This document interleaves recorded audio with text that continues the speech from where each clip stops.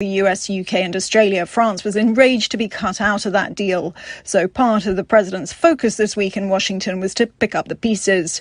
On Friday, he met with leaders of the so-called Quad, the US, Japan, Australia and India, where the focus turned to Asia and the Indo-Pacific in a joint bid to counter China's assertiveness. In other world news this week, the European Union has announced a new vaccine partnership with the United States. The EU says the partnership would aim for a 70% global vaccine rate by 2022 to coincide with the next UN General Assembly. Lucy Hoff has more from Brussels. Western nations had come under criticism from the World Health Organization for failing to tackle the issue of vaccine inequity, which had been described by the WHO Director General as a moral catastrophe. Speaking from the UN General Assembly in New York, EU Commission Chief Ursula von der Leyen said the EU would work alongside the United States in a new partnership to boost vaccine production in low and lower middle income countries. There'll also be coordination on investments to build regional manufacturing sites. It comes a day after President Joe Biden announced the United States would buy 500 million more Pfizer vaccines to donate overseas. Also making headlines this week, the US treatment of Haitian migrants along its southern border. The US Special Envoy for Haiti has resigned, saying he couldn't be associated with the Biden administration's inhumane decision to deport thousands of Haitian immigrants back to a country he described as a collapsed state. From bureaus worldwide, this is FSN. The Centers for Disease Control and Prevention in the US has endorsed booster shots for older and more vulnerable people. The decision clears the way for millions of people to get a third Pfizer vaccine 6 months after their last. Caroline Malone reports from Washington. CDC Director Rochelle Walensky opened a meeting on boosters, stressing that getting the unvaccinated vaccinated against COVID-19 is the top goal in the US and around the world. Even so, Walensky signed off on a series of recommendations that people aged 65 and over or above 50 with underlying health problems can be given a third dose or booster of the Pfizer vaccine 6 months after their last. The CDC director also approved boosters for people in institutions that increase their risk of exposure, such as nursing homes, prisons, homeless shelters, and for healthcare workers. A third dose of the Pfizer and Mrna vaccines is already approved for people with weakened immune systems. COVID-19 vaccines approved in the US are highly effective at preventing serious illness. 55% of the US population is fully vaccinated. Caroline Malone, Washington. And this week, Canada's Liberal Party won the general election, but Prime Minister Justin Trudeau has failed in his bid to create a majority government. Nick Harper had this report from Toronto. Justin Trudeau says Canada has given his Liberal Party a clear mandate to govern, but the win is in some ways a loss. Trudeau had hoped to capitalise on his popularity to win more seats and convert his minority government into a majority.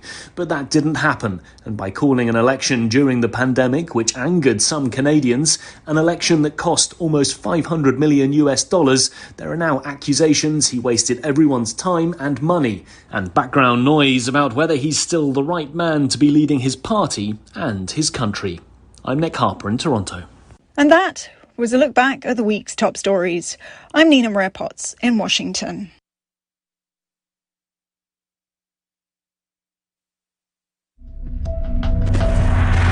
To help reduce you to a state of constant panic about a hypothetical doomsday scenario you have no ability to control, we now present The Onion Explains Nuclear Proliferation.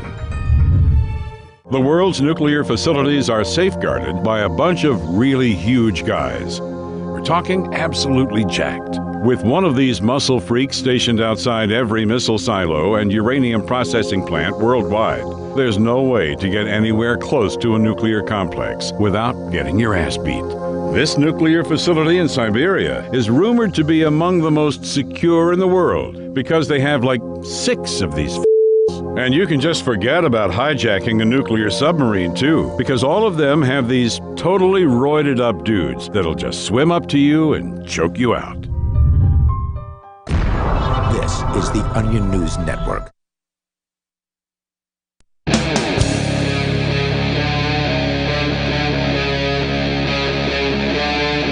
Free Talk Live.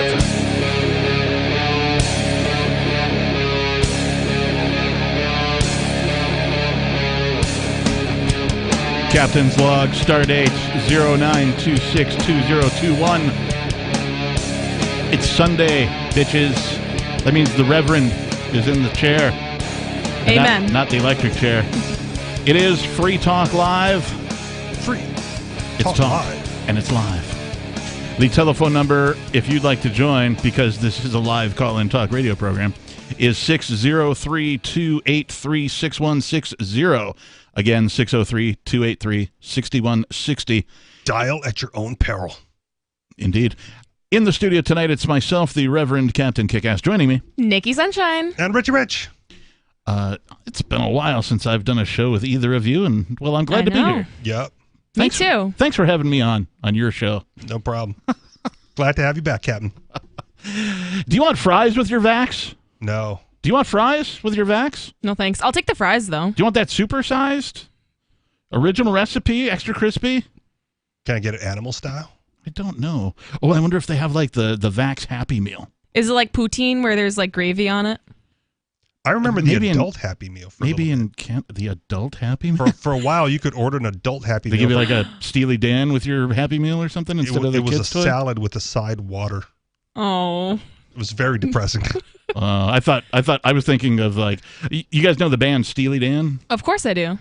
So they're named after a sex toy.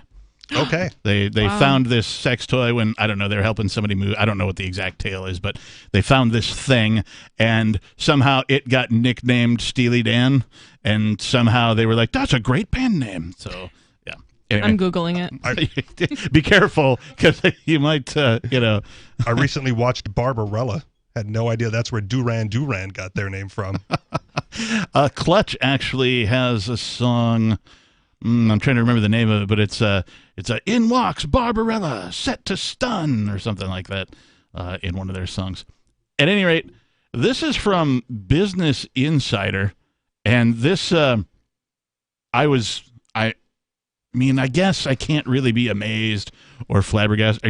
You guys are looking at Steely Dan right now? She Googled it, and I saw her like a vintage sex toy. It is. Yeah, I saw her leaning heavily into the laptop because she didn't put her glasses on yet. I mean, you got to imagine what she was looking at. I just happen to know this about. You knew it was Steely something Dan. good. If I remember correctly, you got so close to the screen. Steely Dan was one of these bands that never ever played live. They were only a studio band for like the first 4 albums, 5, something like that, and then that's kind of lame. Well, no, it was actually pretty great because I love playing live in a live band, but I hate everything surrounding it, right? I hate the load in, the booking, the business stuff, the contracts, if there is one, the arguing with the promoters, you guys were supposed to go on first, but now you're going last, or go last, but now you're going first, or whatever, right? No, we don't give any drink tickets to the band, whatever it is. I just hate everything surrounding playing live, except for getting on stage and actually playing your set live. That's the part that I really like. I don't like anything else. I don't like load in, load out. I don't like stage striking. I don't like dealing with sound guys. I don't, and I'm kind of a sound guy myself. So anyway. So what you got to do is become a megastar, right? That way, that's the only thing you have to do. You just walk in late, walk on stage, do your thing, and book it out of there. Like I never thought of that. Oh, okay. I mean, you're not a megastar. So, no, I'm not. Okay. You're not? I thought you were. Not in the music world. Yeah, no, not in the music world. I mean, maybe on radio or something. I don't know. I like Megadeth, but that doesn't make me a megastar.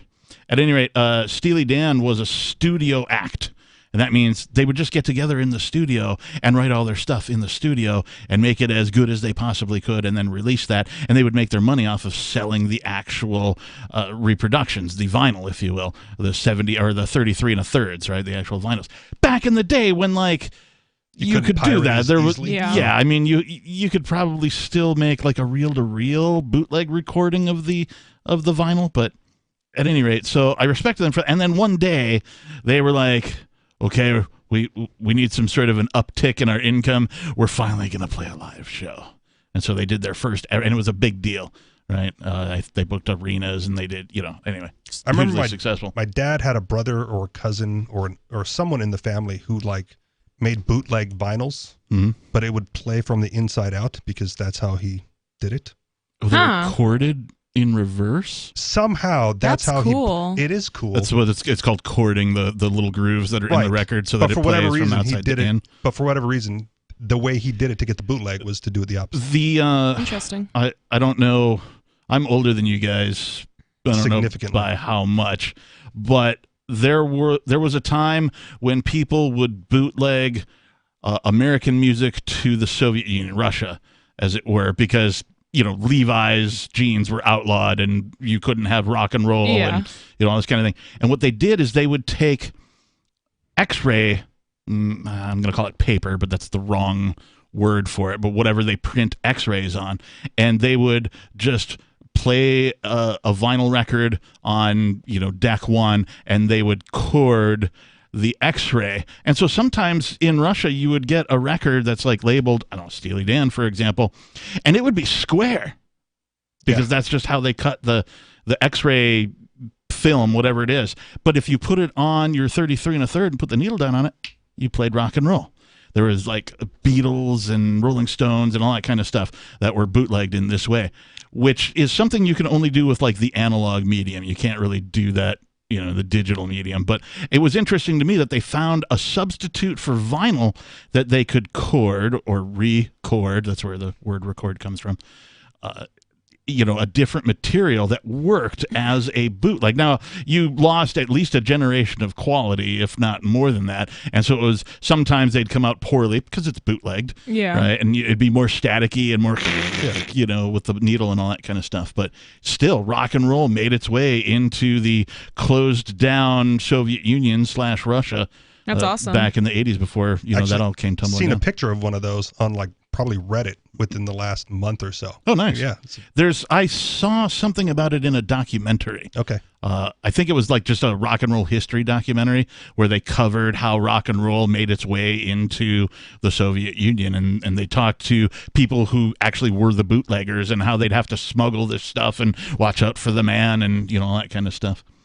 So I digress. Hail to the bootleggers. I digress. I was asking you guys if you want fries with your vax because of this article from the Business Insider. The headline reads, "The New Zealand government is talking to KFC, Pizza Hut, and Taco Bell about offering people COVID-19 vaccines when they buy meals." And I thought everybody in New Zealand was already vaccinated. Aren't they like forcing vaccinations? So for those listeners who don't know their geography, it's fine if you don't. Australia and New Zealand, Australia, New Zealand, they're kind of the same place. Oh my goodness. They're kind of the same You're place. You're going to piss off both of them from I know. each side. If you're in New Australia or Australia and you want to, criticize my geography lesson here, 603-283-6160. But United States and Mexico, they're kind of the same place. No, United States and Alaska. Alaska is part of the United States. Alaska is in the United States, though, so that's a little different. United States, Canada, they're pretty much the same place. I'm offended. Why? I don't like Canada. Just in general, or like at what I said? In general. Okay, all right. But more specifically because I don't like Canada. Canadians, eh? What are they all I like do? Canadians, just not Canada. You don't like? It's a long story. Oh, okay. We have time.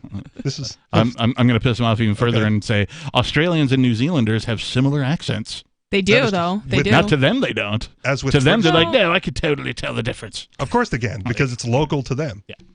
What upsets me about this is because it was just like a week ago. Oh, don't spill the beans yet. When you read the headline, I spilled the beans in the studio because I went, that's a bunch of nonsense. All right, go ahead, spill the beans. Because they stopped a gang from smuggling in KFC. This is true. On Sunday, New Zealand police officers arrested 2 men whom they said attempted to enter Auckland with a car full of smuggled KFC chicken, French fries, and 10 tubs of coleslaw. They were a gang, and so now that gang gets busted, but the state gang is offering it as a treat? No. Yeah. Just more nonsense. More of an illustration that it's all gang warfare anyway. 603-283-6160. Would you get any kind of a medical treatment at a fast food place? Are you tired of governments murdering people around the world? Stop using their money. There is an alternative. Bitcoin is a stateless, free market, non-political currency. Bitcoin cannot be inflated or controlled by any government. By using their money, you are helping the state. Stop doing it. You have an incredible alternative available now. Learn it, use it, spread it. Get started with Bitcoin at bitcoin.com. That's bitcoin.com. Do you feel like your nation, state, or community no longer holds your values? Have you dreamt of a place where people agree that liberty is important and are free to pursue their projects so long as they respect the property of others? There are many people just like you that are discovering freeprivatecities.com. Their social media links are at the upper right of the page at freeprivatecities.com. All skill levels will be needed when the first of the Free Private Cities opens. It's sooner than you think. Stop arguing and build. freeprivatecities.com. Breaking weather news. Belize is sunny and around 82 degrees every day this week. What's the forecast for your life? If current politics and economic prospects are cramping your freedom, escape to the tropics. ECI Development has affordable second homes for you to own or rent in Belize and other tropical countries. Places with stable governments and growing economies. Secure your freedom now.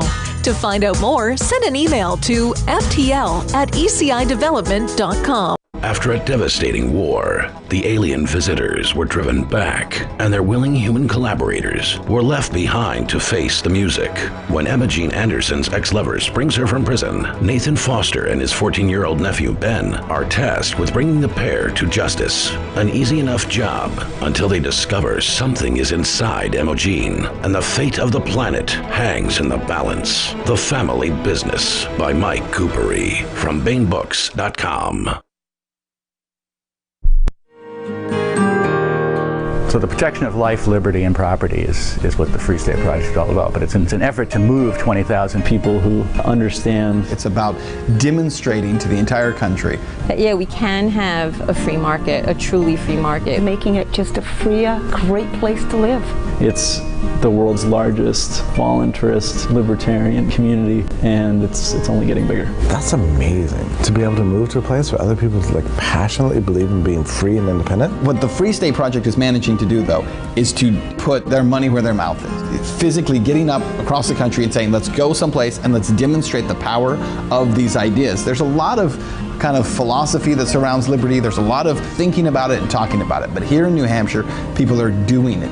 101 Reasons Liberty Lives in New Hampshire, a documentary by Free State Project early movers. Watch it free at 101reasonsfilm.com. 101reasonsfilm.com. Some of you asked, and now we've delivered. LRN.FM's live Keene, New Hampshire studio shows are now streamed in HD on Twitch. Visit our channel at twitch.lrn.fm and give it a follow. If you have Amazon Prime, you get one free subscription on Twitch. If you use it on our channel, Twitch will give LRN.FM a monthly piece of your Prime subscription cost. So please watch, follow, share, and subscribe to twitch.lrn.fm. That's twitch.lrn.fm.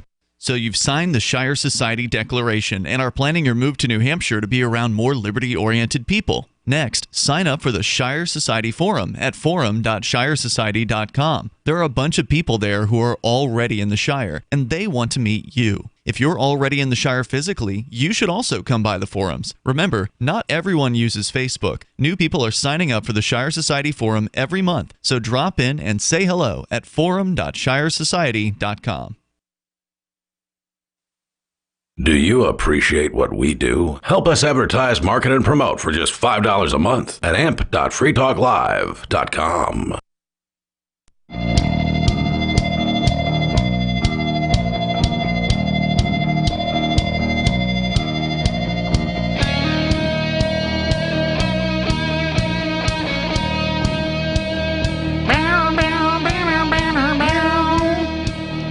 Yeah, I'm not doing the cats this time. I'm just going Meow, meow, meow, meow, meow, meow, meow. I thought the cat game was part of it. meow. Anyway, it is Free Talk Live. In case you're wondering who these people are and what they're doing with their microphones. Meow Talk Live?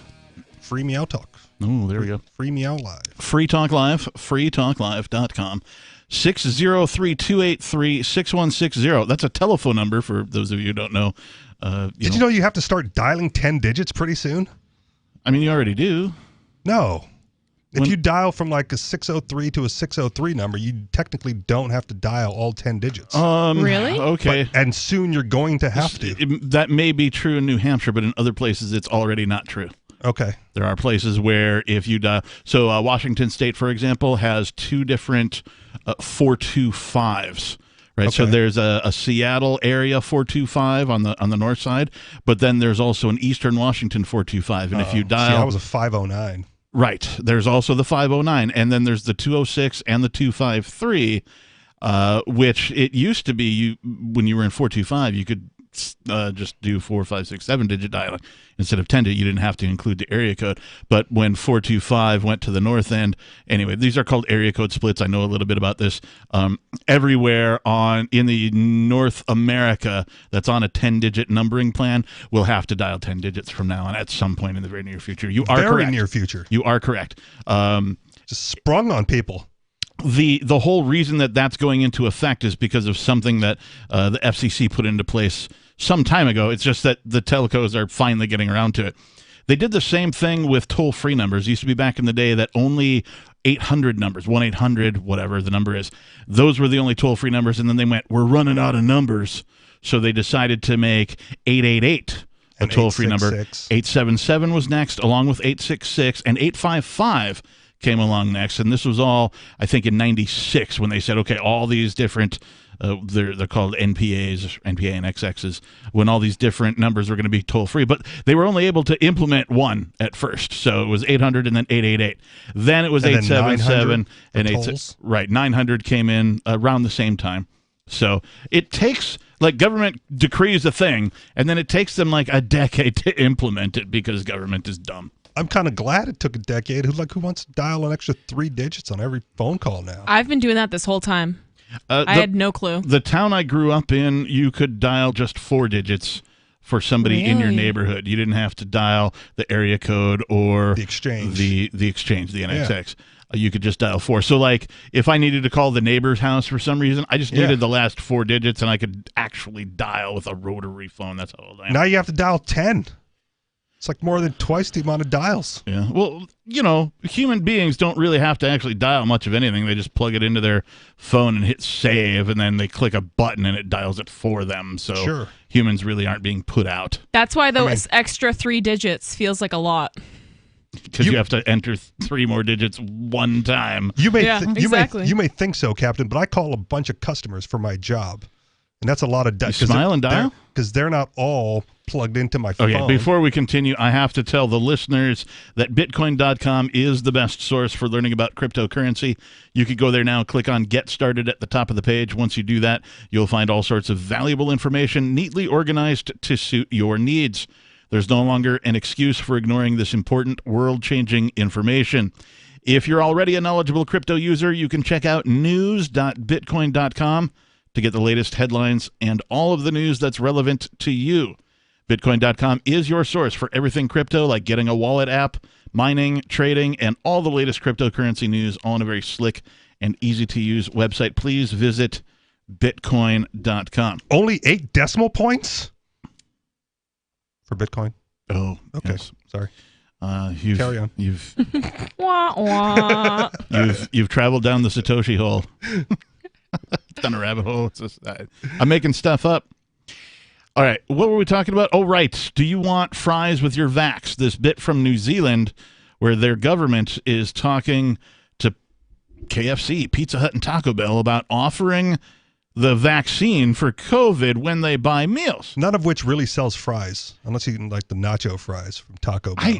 Just the logistics of this thing and how are they going to manage the queues for people waiting? It doesn't make any sense at all. It makes no sense. Do they have a nurse staffed to administer these vaccines, or is it the cashier that's doing it? Oh, I'm sure they'll use military personnel.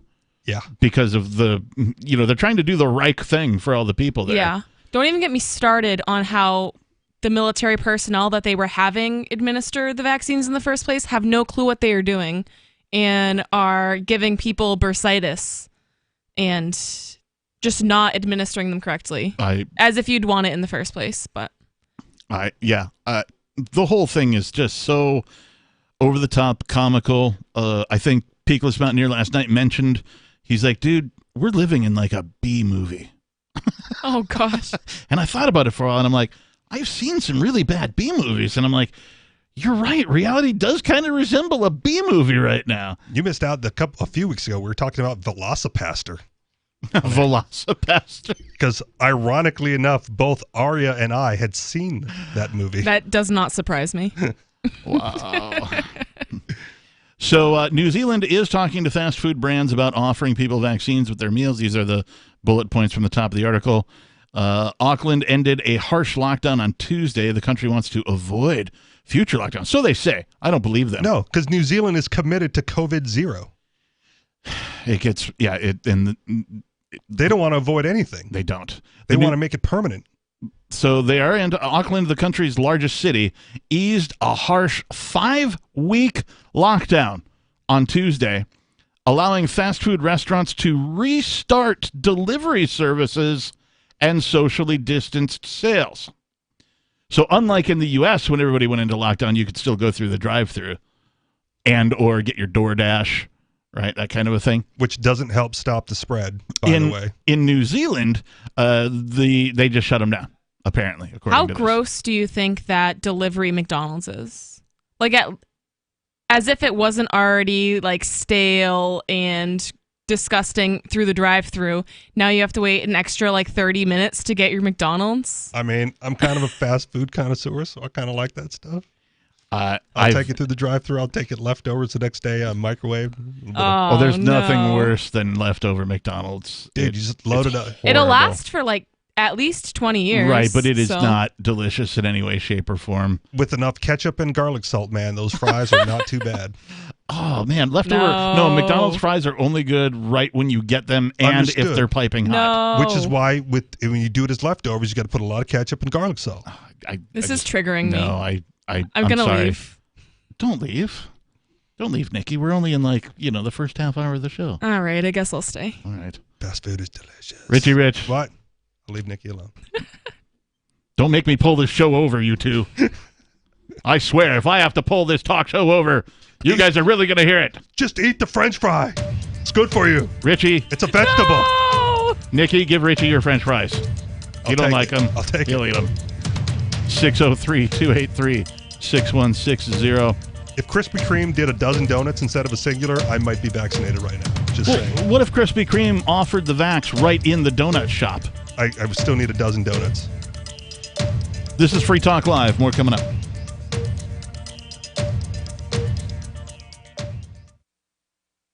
Free Talk Live's video archives have been on LBRY for years. LBRY is an uncensorable, decentralized, blockchain-based media sharing protocol, and we're big fans of it here on Free Talk Live. In 2020, LBRY launched Odyssey, a video sharing website to compete with YouTube, and it's really taking off. Now with over 1 million channels, many of whom are disaffected YouTube creators. During YouTube's crackdown for not towing the government line on COVID, the Free Talk Live YouTube channel started receiving strikes and could be completely taken down at any moment. Thankfully, Odyssey started offering live streaming, so we're now streaming live every night and posting our video archives permanently to Odyssey. You can watch live or anytime on our Odyssey channel by visiting video.freetalklive.com. If you want to go all in, download the desktop app at lbry.com, and then every video archive you watch, you'll help seed and keep it online forever. At minimum, we ask you visit video.freetalklive.com and follow us on Odyssey today. video.freetalklive.com.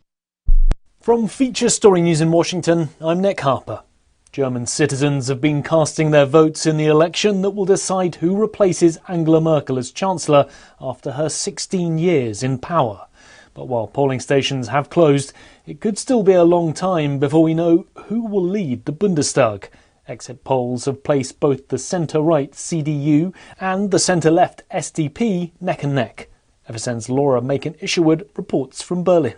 It had been said for months that this election would be close, but exit polls from German broadcasters have placed the CDU and the SPD neck and neck at around 25% of the voter share each. It will not be until the official counts come in that the winner can be declared, but even then this election will not be over. A 50% majority is needed to lead in Parliament, and so those main parties will be vying for support from other smaller parties in order to make up that number. The Green Party could be a key player. A surge in popularity places them in third place at around 15% of the vote share. Negotiations, though, could take weeks, if not months. And until a government is finalised, outgoing Chancellor Angela Merkel will have to place her retirement on hold. Laura Macon-Isherwood, Berlin. US authorities are investigating a train derailment in the state of Montana that killed 3 people and injured 50 others. The Amtrak passenger train came off the tracks in a remote area near the town of Joplin. The US National Transportation Safety Board has launched an investigation.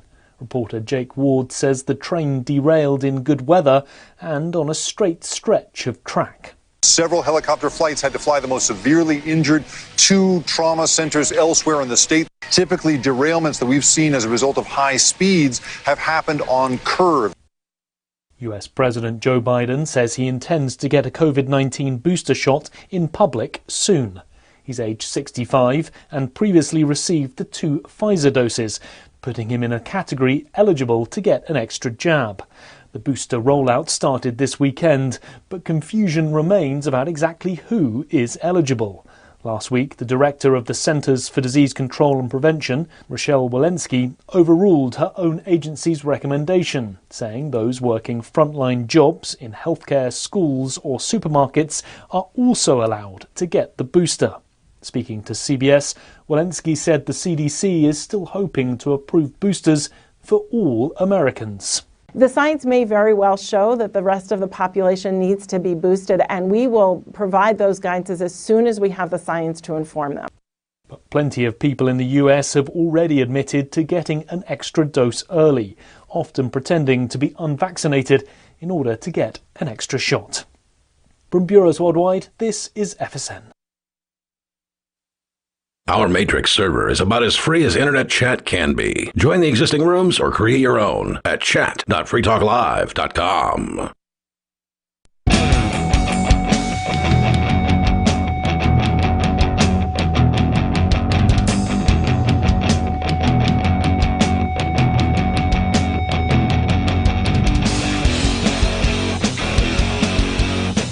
That's when she said duty.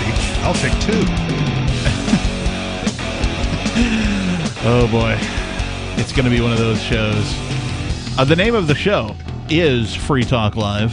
The name of the host is the Reverend Captain Kickass on this Sunday. The name of co-host number 1 is Nicky Nick. Nicky Nick? Really? Yeah, that's... She likes the alliteration when I say Richie Rich. And co-host number 3? Richie Rich. Actually, co-host 1, co-host 2. There's no co-host 3. There's only 2 co-hosts. Well, you pointed at me when you said 3, so I felt obligated to address myself. I know. I'm sorry for your obligation. It's okay. I don't like positive obligations, Captain. We've been talking, or attempting to talk about this bit. Did we get past the headline? Kind of. This headline from, what is it, Business Insider? New Zealand government is talking about working with KFC, Pizza, and Taco Bell, offering COVID-19 vaccines with their meals. Prime Minister Jacinda Ardern is keen, no pun intended, to boost the country's vaccination rate, and the government is considering partnering with fast food brands to make that happen. On Wednesday, Auckland Councillor Josephine Bartley tweeted, "Restaurant Brands, the company behind KFC, Pizza Hut, Carl's Jr., and Taco Bell in New Zealand, was speaking with the government about taking up a partnership. We want to make sure we're going to go where people are." It seems like a cheap way to backdoor it, right? Because they're already authoritarian. Well, look, they don't need to go through the fast. If they want to go where people are, they've got them all locked away anyway. That's right. They're going to have to go door to door. Go door to door with the military. You lock them down, so the only way you're going to find them is to go to where you've locked them down at. It's easier to make McDonald's do it. Well, that's what I'm saying. So they're doing it that way so that the anti-people are blaming a corporation instead of the actual government. That's a horrible idea. Imagine if, you ordered some pizza from a chain place and they showed up and not only delivered your pizza but also gave you the jab. Isn't that what they're suggesting? They're suggesting doing it in the restaurants, I believe. Oh, okay. Not having, the delivery people show up. Oh, I thought it was delivery people. Yeah, I thought it was delivery, too, because they're not allowed in the restaurants. They're all locked down on delivery duty. Well, let's find out. We know that a lot of Aucklanders are going to be really excited Oh, I'm sure. about getting their takeaway fix, and could we use that possibility? ? Robertson said, however, that there could be issues getting people to wait for 20 minutes after their vaccination due to the time pressures of drive-through outlets. Oh, you know what they should do? They should let them dine in the restaurant. Then when they're sitting there in a food coma, stick them. So that instead of dine-in, it would be die-in? Yes. Die-in experience. Delayed results may vary. Arden said Thursday she hoped to drop strict lockdown measures for good and wanted a 90% vaccination rate in order to do so. Then you wouldn't even have to blow dart them. As of Thursday, 40% of people were fully vaccinated. 75% have had one dose, according to government statistics. Where is this, in New Zealand? Auckland specifically. Oh, yes. okay. I was thinking that their rates would be much higher. Yeah. Well, they want 90%. They've only got 40%. So I'm with Nikki. I'm surprised it's so low considering their overbearing attempt at this. All right. We'll come back to this, but let's go to Ted, who's calling from Afghanistan. Ted, you're on Free Talk Live. Teddy Hi, how are you? I'm good, Ted. What's on your mind tonight? You know, I'm really concerned about the economy. I wanted to talk a lot about it because what I've been doing is I've been getting together with my friends over here, and I've been showing them how we can, try to make some profit from this whole scamdemic that we have currently. We have a Federal Reserve that's just printing endless amounts of money and giving it to billionaires. Yep. And that's just going to create a huge wealth gap. And pretty much that's going to ascend to a two-tier society where you have extremes. So agreed. A small group of people that have everything. They own all the assets, all the property. Yeah, you're right, Ted. One of the everybody else have nothing. One of the most overlooked things about the whole COVID lockdown thing is the wealth transfer that has occurred. It's in the trillions of dollars. Yeah. Yeah, and it's going to get much bigger because we're going to be looking at quadrillion. Who knows, quadrillion dollars amount that probably going to be happening. There's going to be a whole load more of stimulus packages coming down the pike, and there's just going to be a whole lot more money printing coming down the road on top of that. What do you think regular folk can do? I think regular folk can short the dollar and basically buy real physical assets, gold, silver, and cryptocurrencies on top of that. I think all three of those assets are going to do fundamentally well in this environment. I mean, the environment right now, we have extreme market distortions. None of this makes any sense. Like, you look at everything that's going on in the market, we have to bail out entire industries. Yep. We're not even bailing out corporations anymore. We're bailing out entire industries. Well, they're American industries, so it's good. Mrna. Yeah, but it's American dollars that they're printing, which is our wealth transferring to their pockets so that they can continue to keep this whole illusion going. Because let's face it, 2020, that whole incident, it was a wake-up call to the economy that, hey, you can't keep printing money out of thin air. You can't keep bailing out the economy. There's actually something else. I guess they call it an exonophore. It's like an outside stimulus that came in and popped the bubble, as they say. Yeah. It was the pin that popped the bubble. But now, in order for them to keep the bubble, instead of trying to fix, raise interest rates and bring back and liquidate the debt like we should be doing, instead we're going to keep inflating even more. Yeah.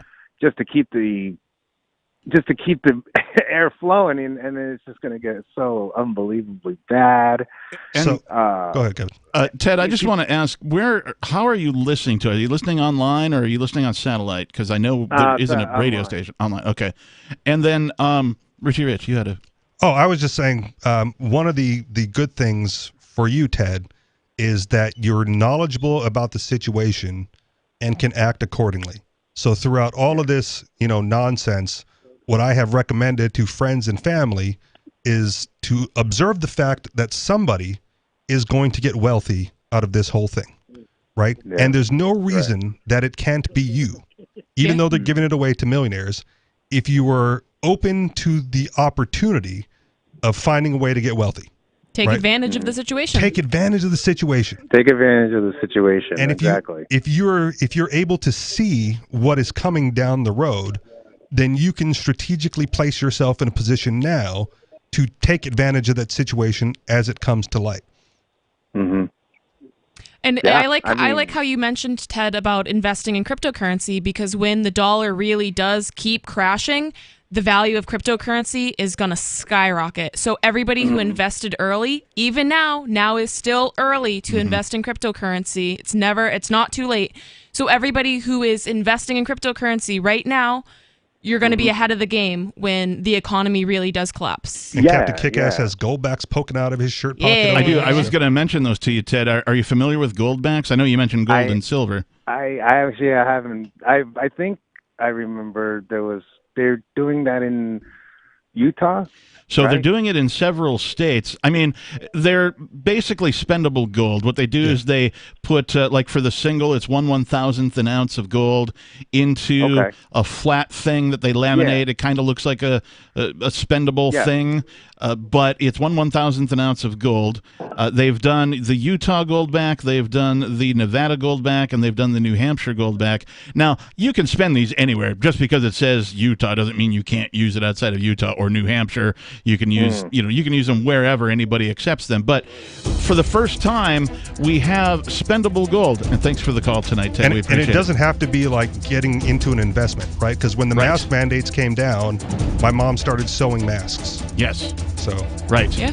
Take advantage. Get ahead of that curve. And with goldbacks, like, it is spendable gold. So it's the first competition that cash has actually had, like tangible physical cash, in some time. 603-283-6160. More Free Talk Live coming up. I just heard the best sales pitch I've heard in a long time on an airplane. The flight attendant announced, "If you paid more than $75 for your round-trip ticket, you overpaid." This is brilliant because everybody on the flight paid more, and I was struck by how all the road warriors stopped typing and reading and working and looked up. The announcement invited us to apply for the airline's credit card, and the sign-up bonus, enough frequent flyer miles for a free round trip. Talk about turning lemons into lemonade. With some banks offering free credit cards, $75 is an outrage for an annual fee, but a bargain for airline tickets.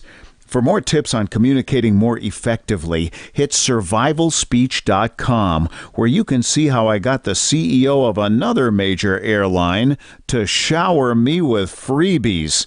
I'm Holland Cook.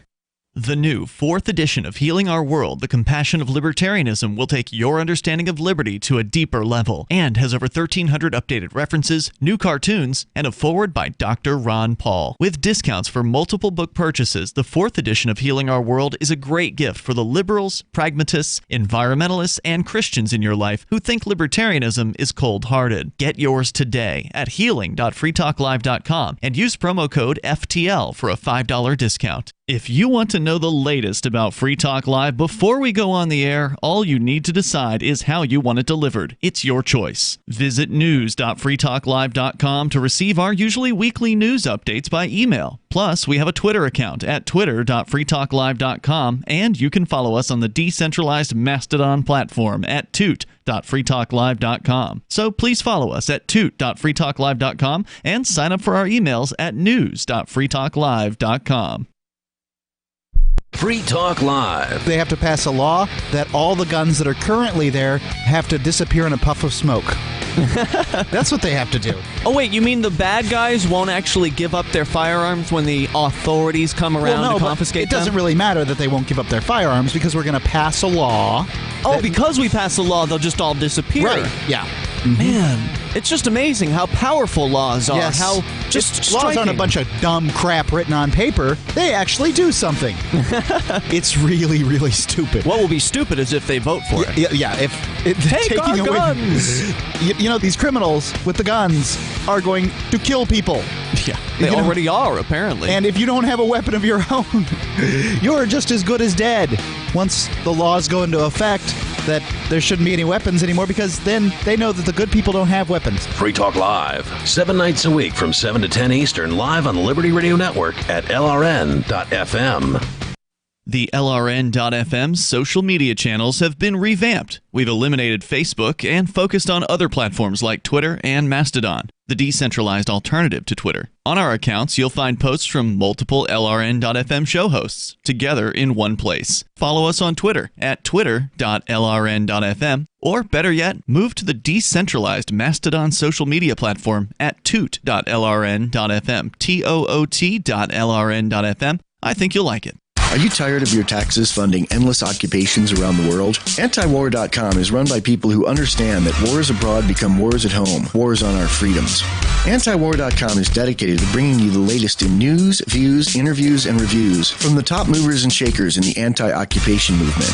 Antiwar.com has it all, from thorough foreign policy analysis to interviews with whistleblowers who used to run the military-industrial complex. Anti-war, pro-free market. That's antiwar.com. You can stick it to the man and big tech. Join our FTL social mastodon at social.freetalklive.com.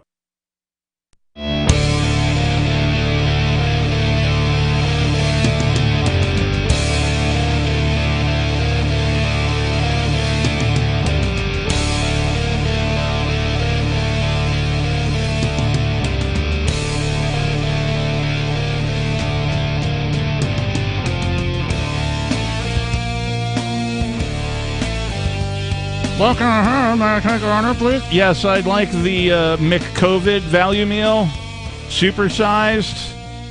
Did you get a booster with that? And a chocolate shake, please. Apparently in New Zealand, they are considering, the government is considering offering, I don't really know how they're going to pull this off, but somehow implementing you getting your COVID-19 booster shot at fast food restaurants like KFC and Taco Bell. Okay, here's how they Pizza pull it off, right? They're already starting to talk about the COVID medication in pill form, right? So if it's now an ingestible, you just put it in the McMilkshake. Well, why don't they just put it in the giant tanks and the what do you call it, the chemtrail planes, and spray it over people? That's coming, or the water supply. As soon as it becomes an ingestible, all bets are off, man. Come on.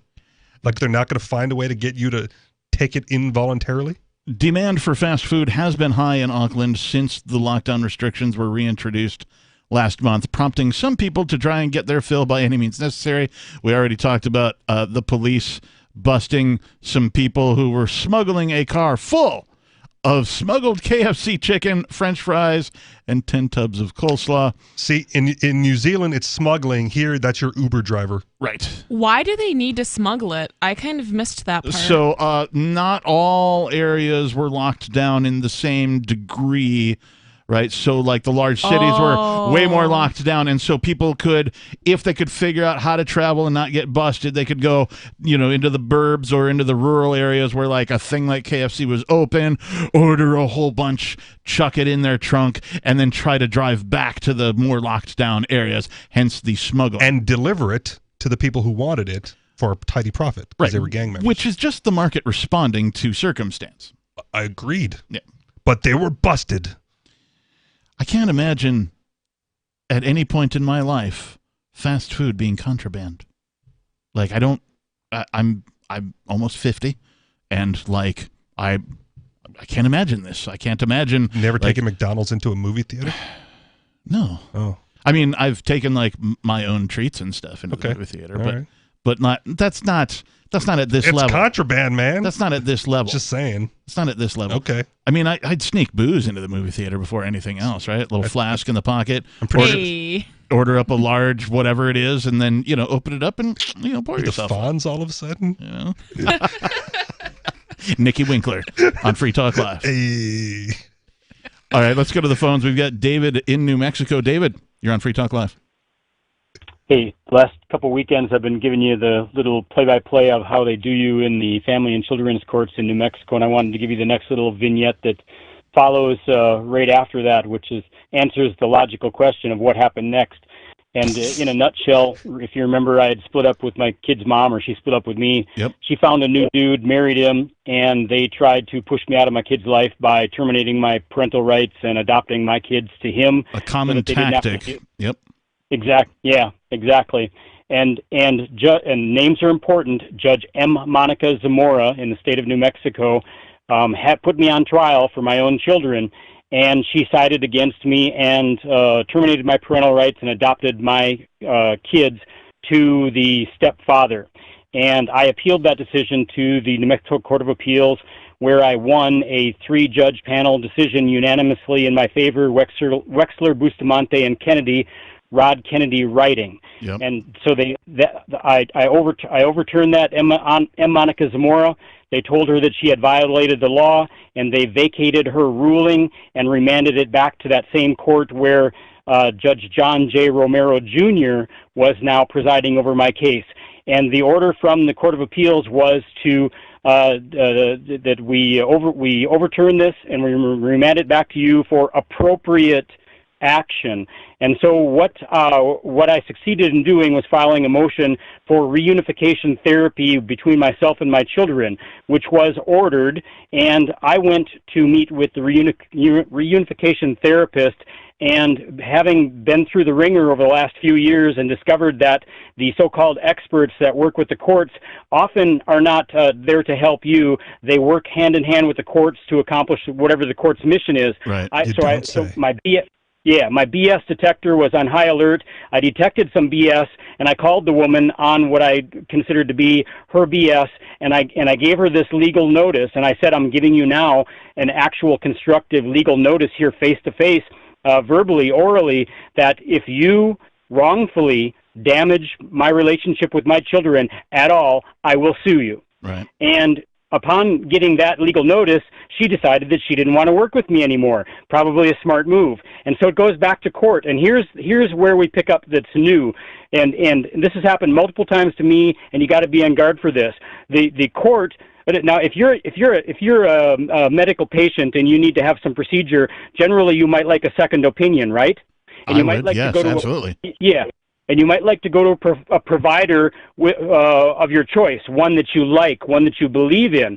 And these reunification therapists, for instance, is a medical personnel. They have to go to college. They have to take their licensing test. They have to get a state license. It's a medical position. Now, the court is in the habit of saying, if you want to go to a certain practitioner, you need to get that approved through the court before you can go. I am totally just flabbergasted at your story. I mean, you're a frequent caller, and so most of the hosts here have a pretty good idea of how you're getting railroaded by the state, particularly in regards to your children. I'm surprised he's got some mini victories in there. I'm not surprised, but it is incredibly frustrating that even when the state tells you, okay, we did this thing wrong and we're going to rectify it and now it's going to go this way, that getting them to move on their own dictates, on their own actions, on their own rulings when, you feel like you had a win and then you don't get any traction on it, has to be beyond frustrating, David. Yeah. Tell me about it. And so here's what happened: is so that woman quit, and the judge sent her a letter, subpoena, order, whatever, to show up in court and testify about the situation.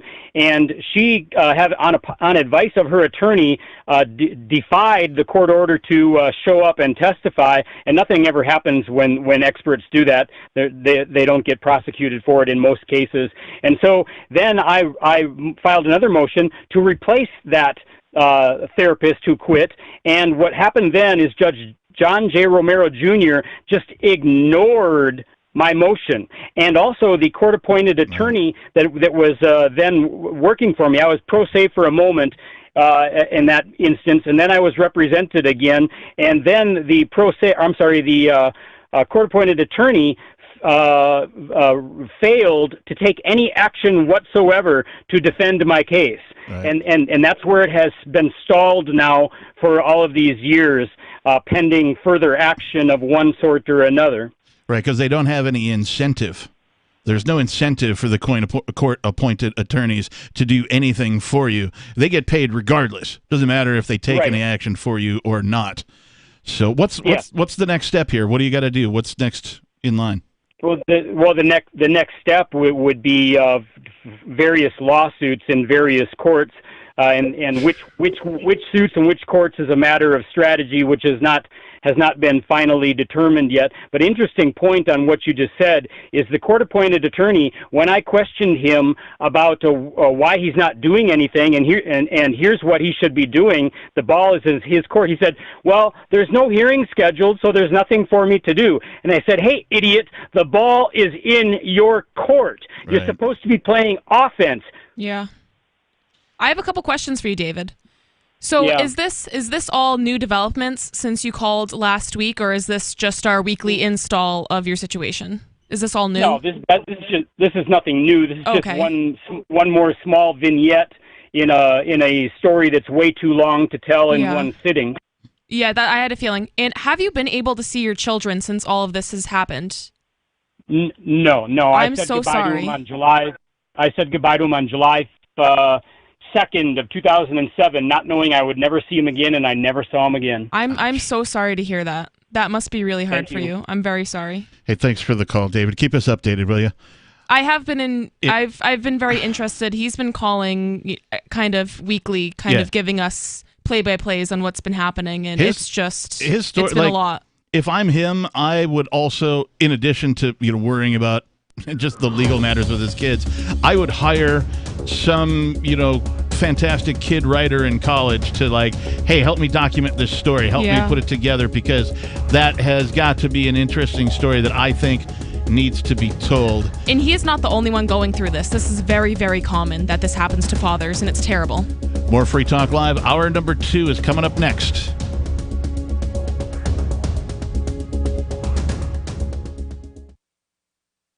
Are you tired of governments around the world killing innocent people? Stop using their money. There is an alternative.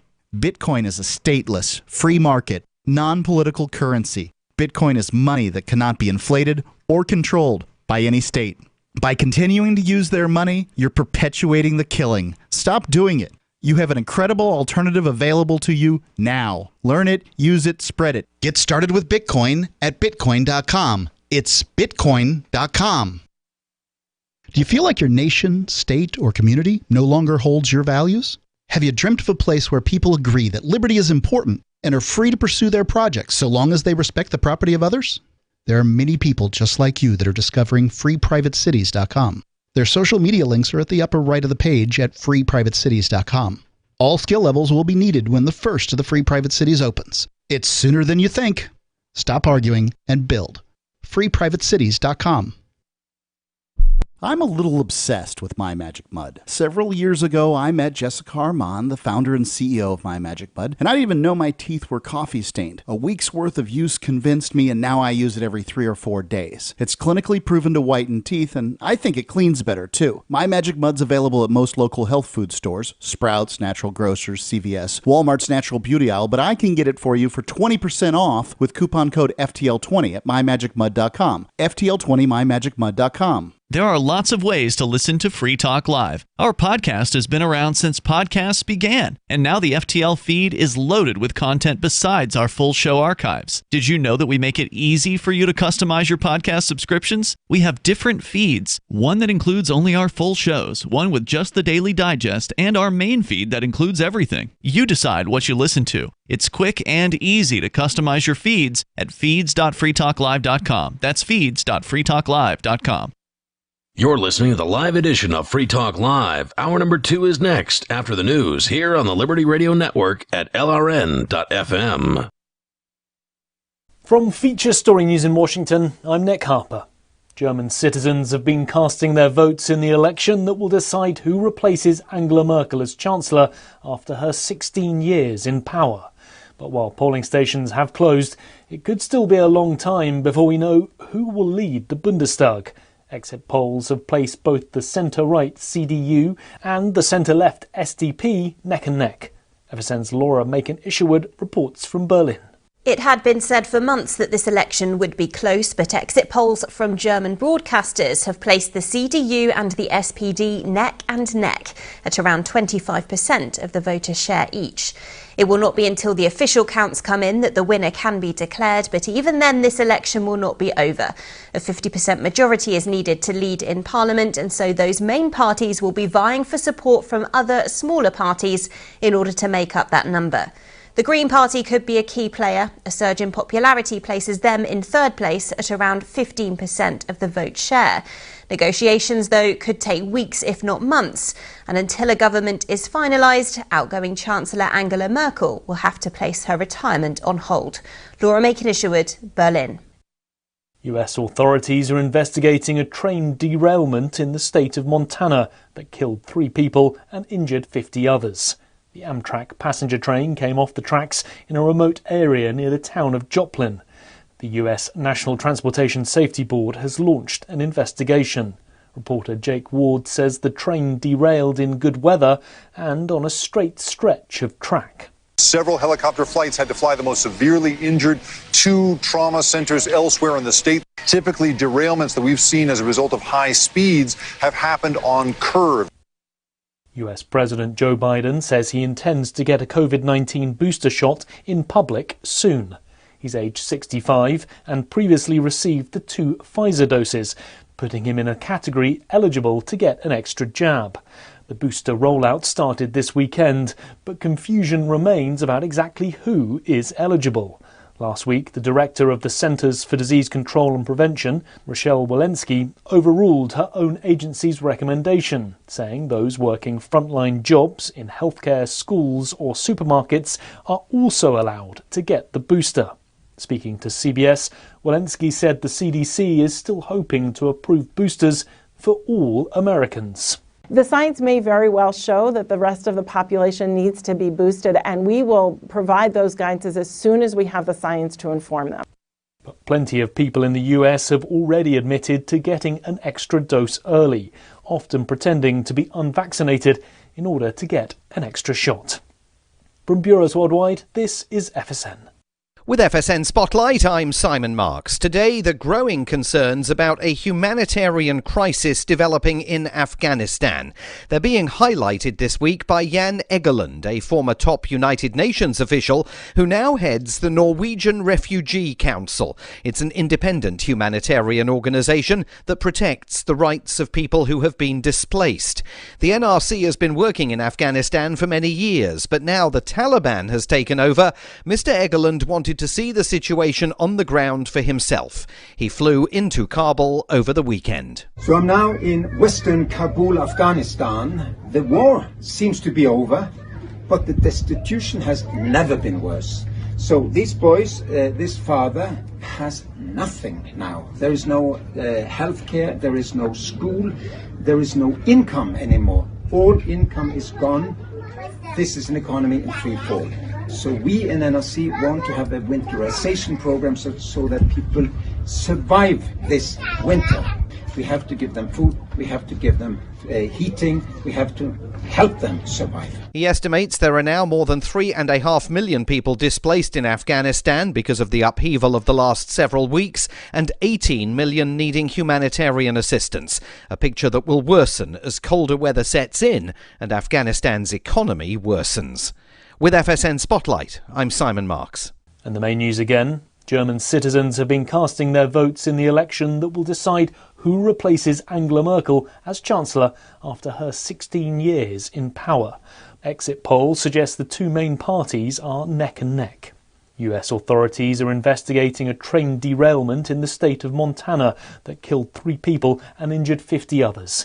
And US President Joe Biden says he intends to get a COVID-19 booster shot in public soon. That's Feature Story News. Nick Harper reporting. Researchers were able to successfully teach a father how to communicate his emotions with rudimentary hand gestures. The stunning development happened after Stanford researchers spent 9 months trying to train 42-year-old Pittsburgh father Ron Myers to express simple sentiments like pride and love in a way few thought possible. To conduct the study, researchers used large, simplistic diagrams depicting hand gestures a dad might use to show emotion in a way Ron could easily comprehend. We would often leave Band of Brothers or 30 for 30 reruns on to help him stay comfortable. When Ron was able to successfully identify an emotion, he was given rewards to reinforce good behavior, including buffalo wings or a moment to read a page of a Tom Clancy novel. Despite Ron's breakthrough, researchers say he still has a way to go before achieving full emotional maturity, as after several months of work with Ron, he still retreats to the corner of the lab to look up drywalling techniques on the internet whenever his real family drops by to see him. This is the Onion News Network.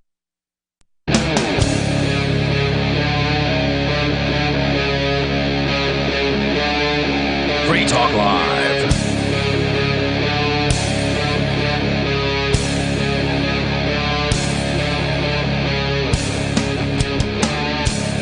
If you had a live call-in radio talk show where you allowed people to call in and, well, talk about whatever was on their mind, what would you call it? I would call it Free Talk Live, then I would give out the phone number. I also would call it Free Talk Live. What would you call it? I would call it Talk Free Live. Okay. Or maybe Live Free Talk. Live Talk Free?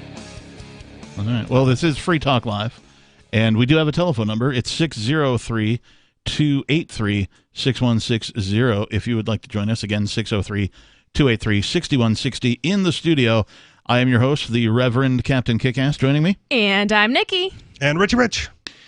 For way too long, the federal government has overstepped its bounds, and I can't even count the number of ways in which it's done so. 17. It's more than 17. Oh. He meant 17 billion. It's more than 42, which is the answer to everything as well. But they've been refusing to abide by the Constitution. They've been committing heinous war crimes, both abroad and at home. They've destroyed the currency. They don't seem to care about their routine violations of our human rights. And even if that wasn't the case, though, isn't it absurd that people in California or other states thousands of miles away from you get to determine who rules over you? I think it's absurd. At nhexit.us, we are trying to change that.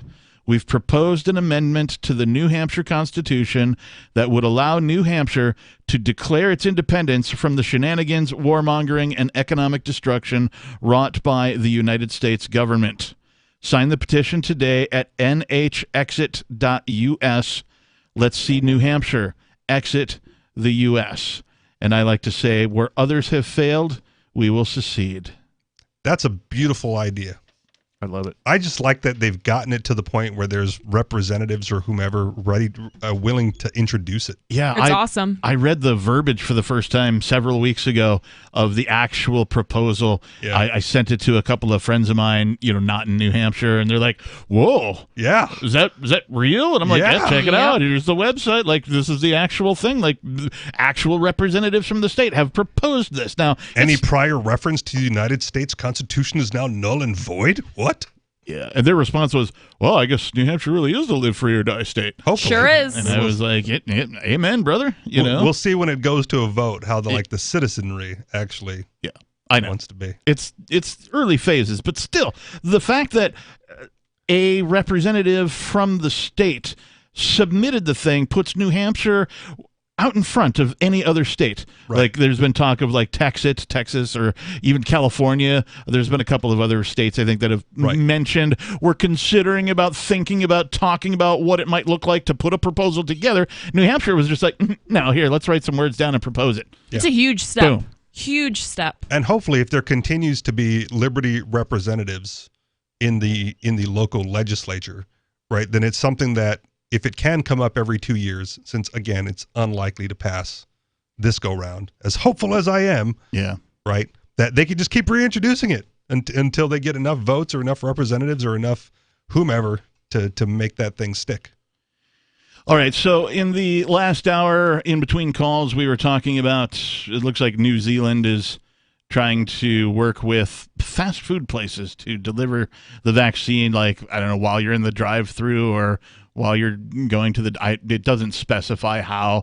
They're like, well, we don't know how we're going to work it out yet, but we're talking to them. So it's just the most moronic thing I've ever heard. I keep thinking of more and more ironic things that this article brings up. The fact that, I think we can all agree that fast food is not healthy for you. I agree. So instead of promoting healthy eating and going outside and exercising and everything that actually boosts your immune system and will protect you from COVID, they're going to encourage people to eat fast food and give them experimental mRNA gene therapy.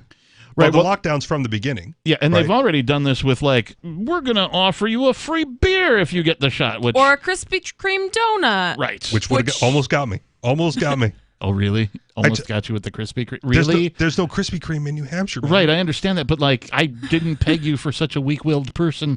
I told you it would take a dozen.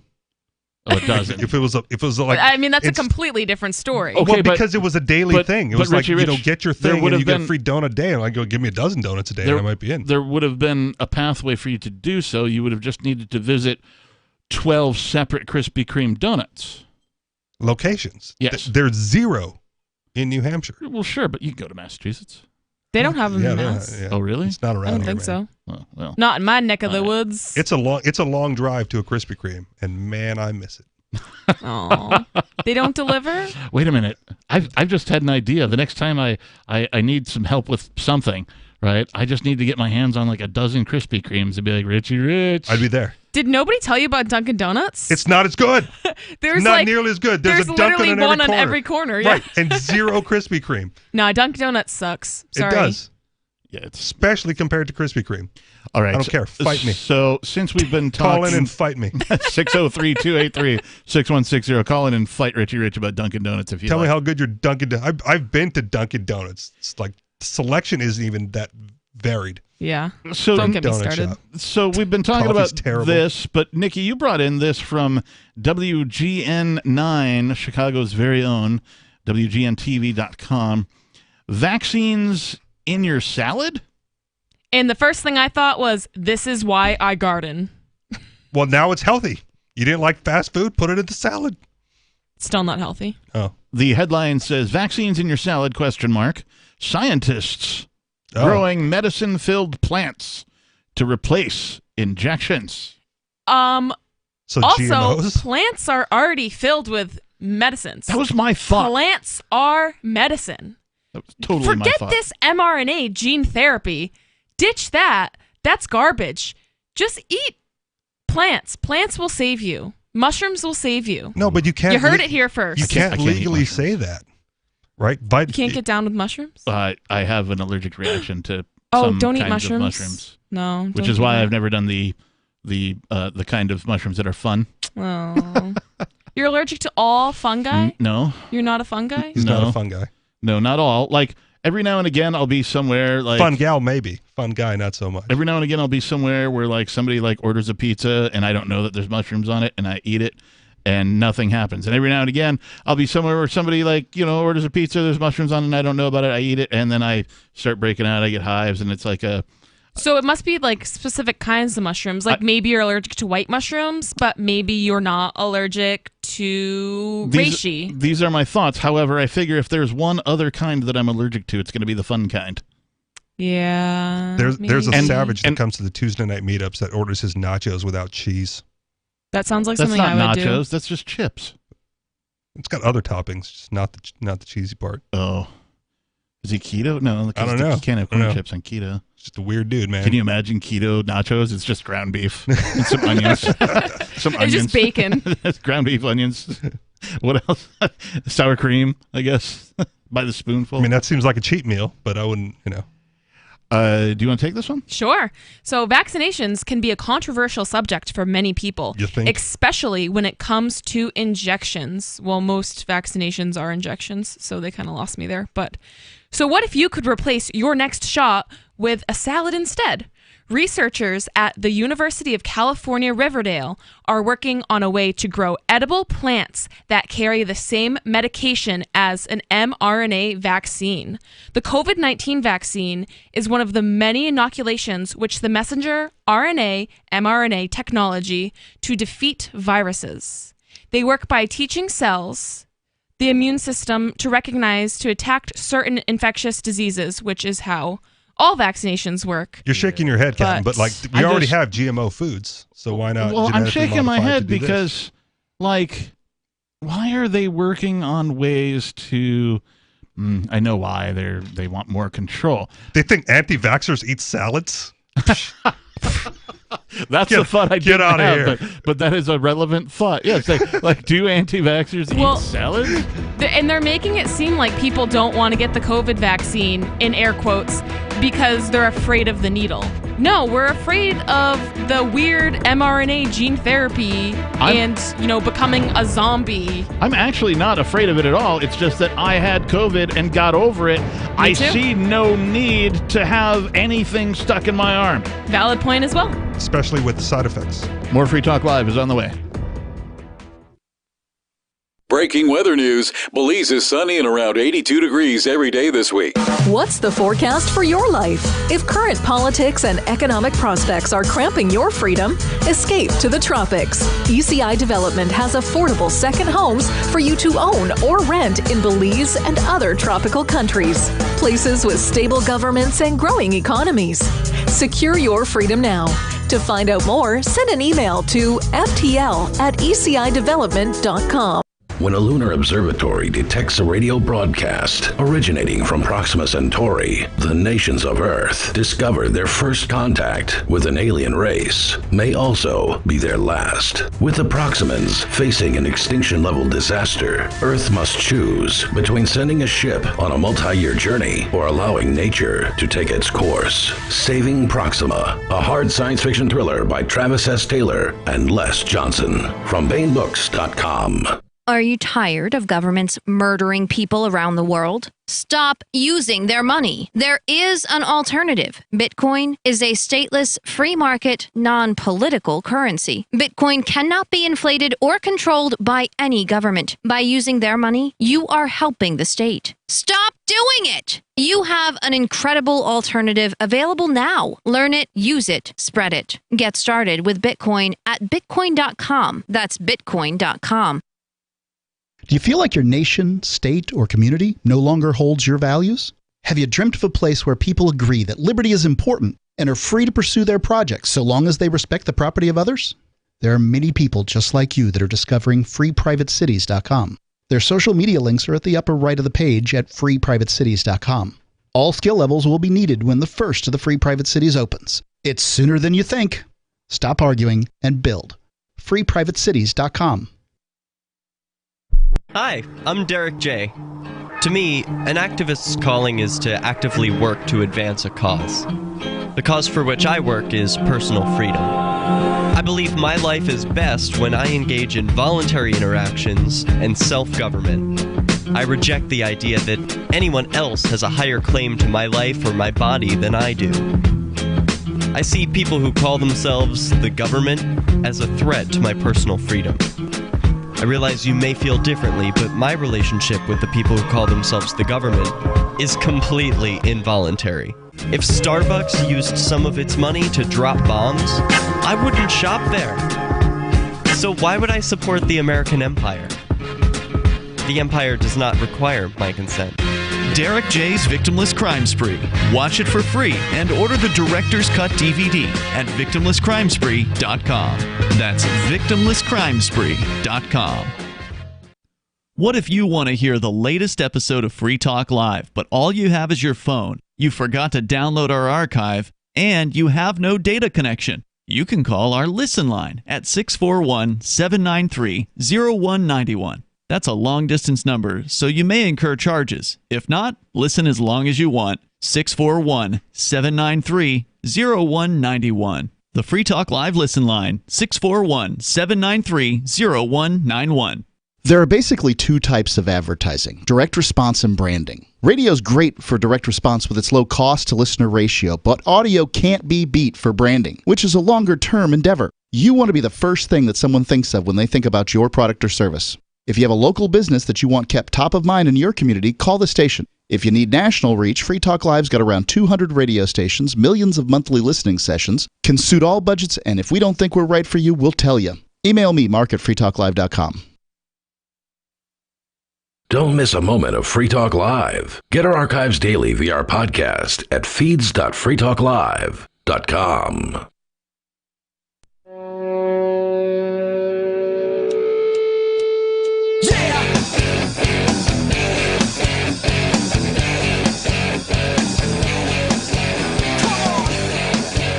Yes, come on and listen to Free Talk Live, the Sunday night edition.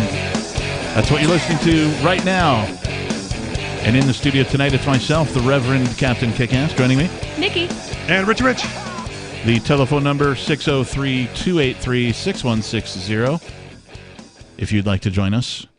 We've been talking about this article that Nikki brought in from WGNTV.com. Scientists are growing medicine-filled plants to replace injections? Because plants aren't healthy enough. Yeah, thanks to a $500,000 grant from the National Science Foundation. Okay. So they're looking to accomplish 3 goals. First, the team will try to successfully deliver DNA-containing mRNA vaccinations into plant cells, where they can replicate. Next, the study authors want to show that plants can actually produce enough mRNA to replace a traditional injection. Finally, the team will need to determine the right dosage people will need to eat to properly replace vaccinations. I have a better idea. Put it in the fast food. No. Oh. Although that might be a better idea than my idea. That was my better idea. I have a better idea. What they should do is they should look at modifying a virus in some way that allows the virus to be the mRNA. Maybe they could find a lab like outside of the United States so that it doesn't, perhaps in like China, for example, where they could like do some of this research that's outside of the limits of what the U.S. law says they can do as far as modify. Oh wait, they've already done that, haven't they? Yeah, this sounds really familiar. Oh, is this from like some sort of horror movie or? Like Oh no! This literally happened like last year. Bingo. The problem is Monsanto's going to get a hold of this patent, right? Oh, yeah. And then if you start growing it or their seeds implant your garden or whatever, then they're going to sue you, and you're not going to be able to have natural plants The anymore. bees from one side of the field pollinate the plants on your side of the field. Forget about it. Now you're in violation of their patents. Yeah, this is a whole nother level of GMOs. Like, I don't like normal GMOs. This is like zombie GMOs. I'm flabbergasted. I'm speechless. You sound flabbergasted. Yeah, I'm having a difficult time speaking because I just don't have any words for this. How does anybody in their right mind think that this is a good idea? Well, talk about forcing it on everybody, completely eliminating choice altogether. Well, so it's not necessarily, I'm going to play devil's advocate for a minute. It's not necessarily doing that unless you get to that Monsanto situation, right? Because even now you have a choice between locally grown, homegrown, supermarket grown, or GMO. Right, but I'm talking about food, Richie Rich. That's what I'm talking about. Oh, sorry. I heard homegrown and Stonies, Jesus. But what I'm saying is you're still going to have a choice as long as it's labeled properly, right? If you know that you're not, if you're getting this. They're going to make it so that like it doesn't have to be labeled at all. And then like you go to a restaurant, you order a salad. Are they going to bring you a label with your salad?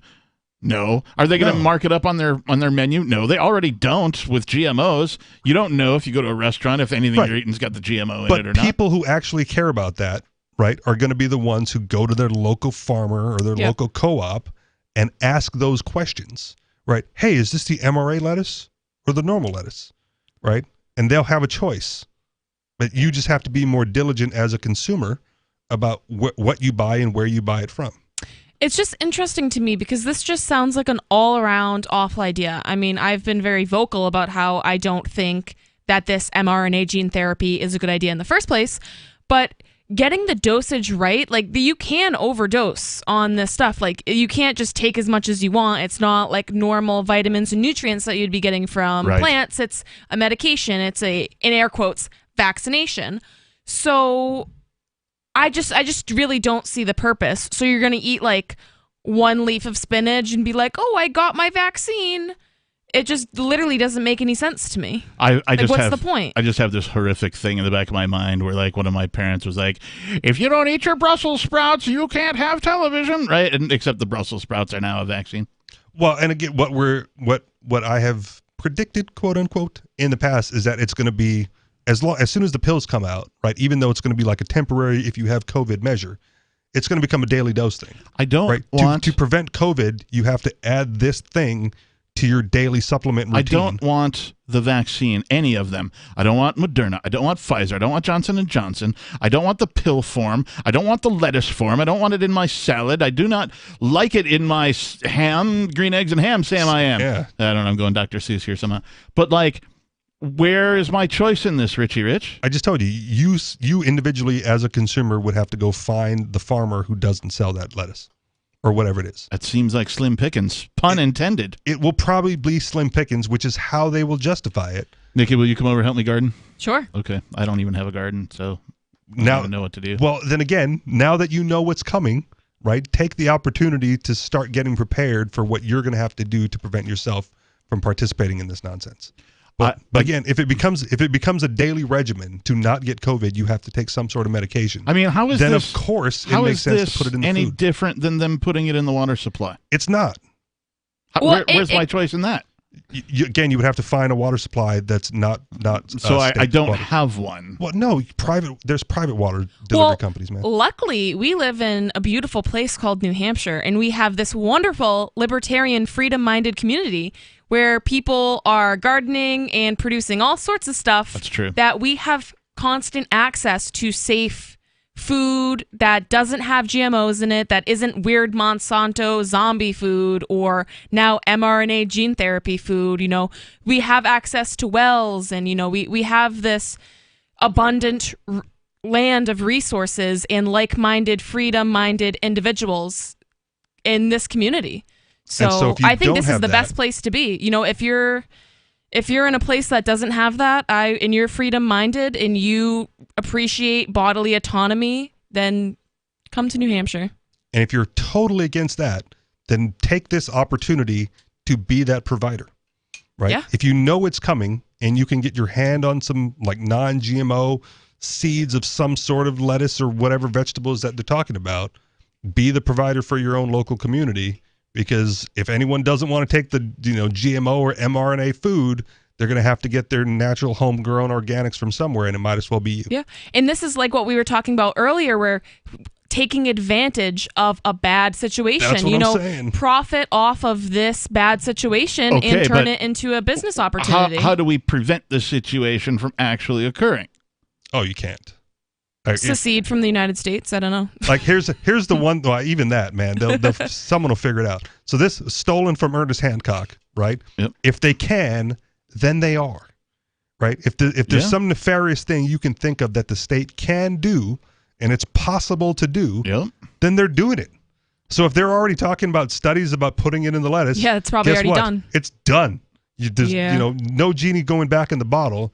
Now it's just preventative on your part and what you can do as an individual to avoid it. Since you're quoting people, I'd like to quote Ren and Stimpy. No, sir, I don't like it. I don't like it at all. That's my quote. Okay. 603-283-6160. I thought we were going to sing the log song. What rolls downstairs, a loner in pairs, rolls over the neighbor's dog. Fits on your back, great for a snack. It's log, log, log. More Free Talk Live is coming up.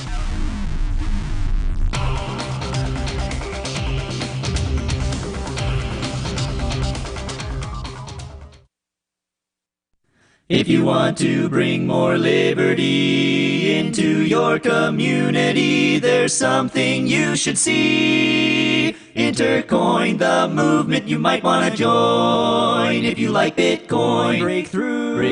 It's true.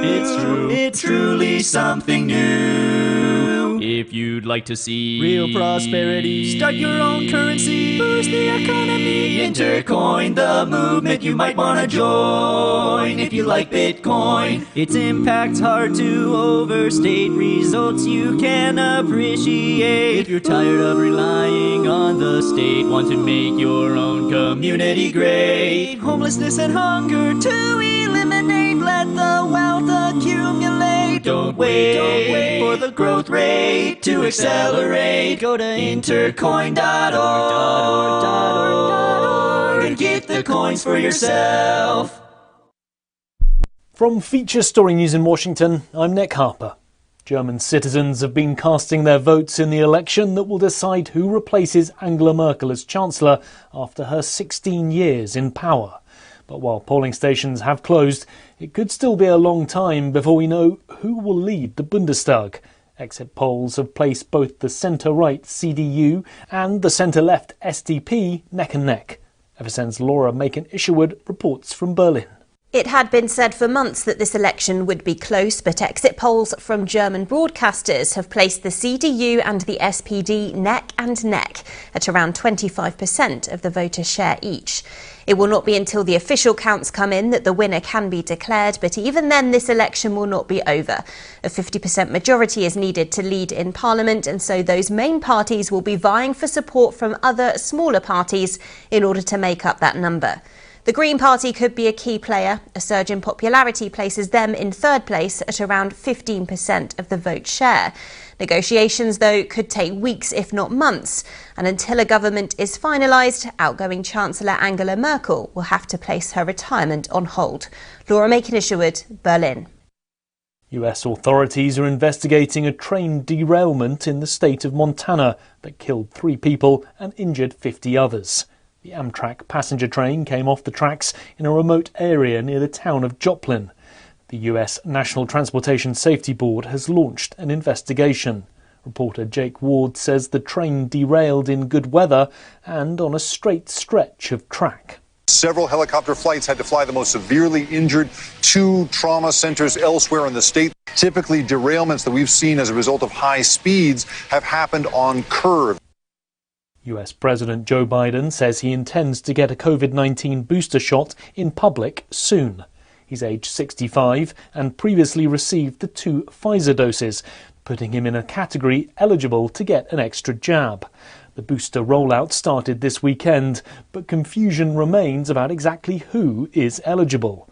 Last week, the director of the Centers for Disease Control and Prevention, Rochelle Walensky, overruled her own agency's recommendation, saying those working frontline jobs in healthcare, schools or supermarkets are also allowed to get the booster. Speaking to CBS, Walensky said the CDC is still hoping to approve boosters for all Americans. The science may very well show that the rest of the population needs to be boosted, and we will provide those guidances as soon as we have the science to inform them. But plenty of people in the US have already admitted to getting an extra dose early, often pretending to be unvaccinated in order to get an extra shot. From bureaus worldwide, this is FSN. We're still not sure why you'd want to watch, but our video feed is streaming nightly for free at cam.freetalklive.com.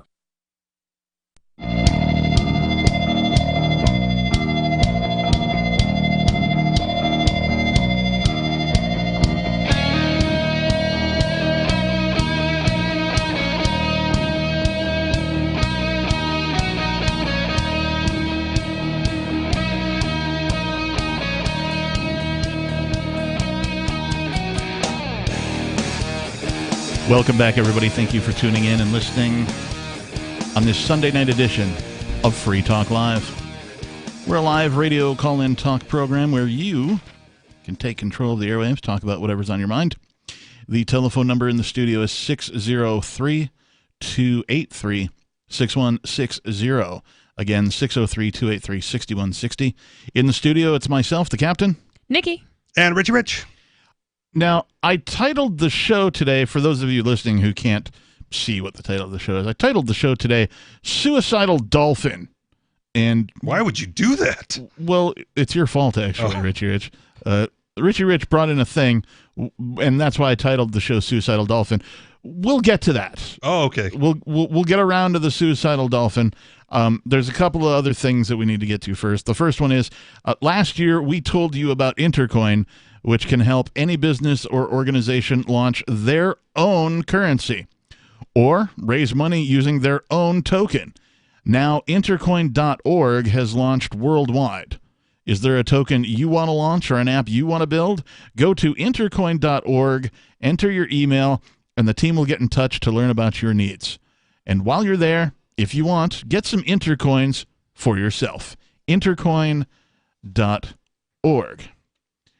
All right, so we were talking about vaccines, sadly.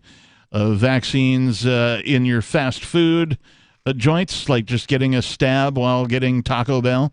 Vaccines in your salad, apparently. Folks are working on a way to put the mRNA into plants. It's a two-pronged approach. Get the healthy and the unhealthy at the same time. You got a good balance, you know. Got to balance it out. Can't be too healthy. As all things in life should be. Perfectly balanced. I have to talk about this other story. There's no real segue for us to get from vaccines to this, but there is a guy who is in jail who's been there for 7 years awaiting trial. What's wrong with that? Criminals stay in jail. Man, bad man. This is I haven't been bringing in much from the freethoughtproject.com. I got a little carried away with bringing in stuff from that particular website. They publish a lot of really good stuff. Good news sources are good news sources, man. But this one really just sort of caught me, and I was like, I have to talk about this on air. So, man rots in jail without trial for defending his home from armed invaders who were cops. The article starts with, all the usual stuff. In the land of the free, every citizen is guaranteed or presumed to be innocent until proven guilty in a court of law. That's a funny joke, Captain. Just kidding. Sadly, however, this guarantee is often suspended for many folks who rot in jail for years, waiting to prove their innocence. Because he's yet to be proven guilty, Marvin Guy is innocent until proven so. And for the last 7 years, he's been innocent in jail with no trial. The Free Thought Project first reported this in 2014. Marvin Guy is facing the death penalty. Guy shot and killed Detective Charles Dinwiddie. That's his actual name. Dinwiddie. D-I-N as in Nancy, not M as in, moron. Guy shot and killed... I'm sure that's what they called him in grade school. Right, and why he's a cop. Guy shot and killed Detective Charles Dinwiddie and injured several other Killeen police officers as they were attempting to forcefully enter Guy's home on May 9th, 2014 at 5:30 a.m. He sounds like a hero. Police had been surveilling Guy's home for some time after an informant claimed Guy was trafficking large quantities of cocaine.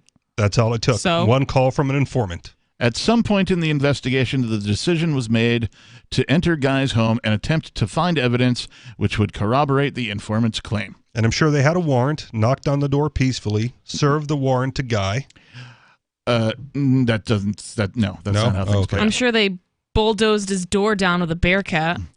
That's closer to what happened. After entering the residence in a show of force, which resulted in the loss of life of a veteran police officer, no drugs, not even a single marijuana joint, was found. Which shouldn't have been on the warrant anyway if they were looking for cocaine. Right. The consequence for the police incursion resulted in one detective's death and yet another black man being charged with homicide. Oh, there you go. Guy's fate is yet to be determined as he is waiting trial for Dinwiddie's murder, which arguably would not have occurred had the police not attempted to enter his home unannounced. Yeah, but they do that all the time. No knock raid is what happened. Yeah. No knock raid, and the citizen who defends himself is never absolved, right? It's always the cops getting immunity of some kind, and whatever happens, this is the result. Seems to be the case in this particular case. Even if the police had identified themselves before attempting to enter Guy's home, there have been enough crimes committed by criminals posing as police to justify Guy's decision to defend his life from intruders. You would think that fact alone would stop the police from ever doing no-knock raids. Right? They're inviting violence upon themselves by doing it unnecessarily. Right. According to many jailhouse interviews conducted by KDH News, Guy told reporters he was simply defending himself when his bedroom window was broken out that morning. Complicating matters further for the protection in Guy's case, for the prosecution in Guy's case, is the fact that a precedent has already been set in a similar case. As the Free Thought Project reported, charges against Henry Godrich, G-O-E-D-R-I-C-H. Godrich. Henry Godrich McGee were dropped following a Texas grand jury's refusal to indict McGee on capital murder charges for the shooting death of Burleson County Sergeant Adam Souders after the sergeant had led a team of police officers into McGee's residence using the same no-knock search warrant method. So this is also where it's surprising. The prosecutor's office has a precedent that makes it unlikely that they're going to be able to convict, and they have not chosen to drop the case. But they also haven't sent it to trial, leaving the guy to sit in jail for 7 years. Understood, but usually if they think they're going to lose, right, they drop it so as not to tarnish their win-loss record. Well, and this guy McGee claimed he was protecting his home and his pregnant girlfriend, the exact same claim that Guy made upon his arrest. So after the grand jury refused to indict McGee, the case against him was dropped. See? Just a few short months after the shooting occurred, quite a contrast from Guy's imprisonment. Was McGee white? They don't say. At least they haven't said so far. Oh. Guy has been sitting in jail for 7 years awaiting his day in court. The discrepancies in the way McGee was treated and how Guy's case is being handled has largely gone unnoticed, just like Guy's extended prison term with no trial has gone unnoticed. However, a pastor out of New York, Nick Gentile, and a group of activists at the Grassroots Law Project are doing their best to expose the injustice on a website started by Gentile, freemarvinguy.com. What's the speedy trial rule in that case? Yeah, that's a good question. I know on smaller cases in Hawaii, at least, for like traffic and stuff, they convince the defendant to waive their right to a speedy trial. Wow. Yeah, I've heard of this happening. Right. And so I wonder if they somehow coerced Guy into waiving his right to a speedy trial, which is really what gets him ended up in prison for 7 years without one. Yeah, I don't know. Even if he's proven innocent, what's going to happen? He already lost 7 years of his life, and nothing's going to happen to the people that put him there. Right. Civil suit, taxpayers pay. Right, yeah, exactly. Either way, the taxpayers lose. Yeah. Right, either way. Well, and either way, he can never get those years back of his life. Right. Money's not going to fix that. So Gentile started the website freemarvinguy.com, and he explains how Guy's situation is set up to fail. Because freeguy.com was taken for the move? Probably. We'll tell you more about what this website says and how his situation is set up to fail coming up. Plus, a little bit later, we'll talk about the suicidal Dolphin here on Free Talk Live. 603-283-6160.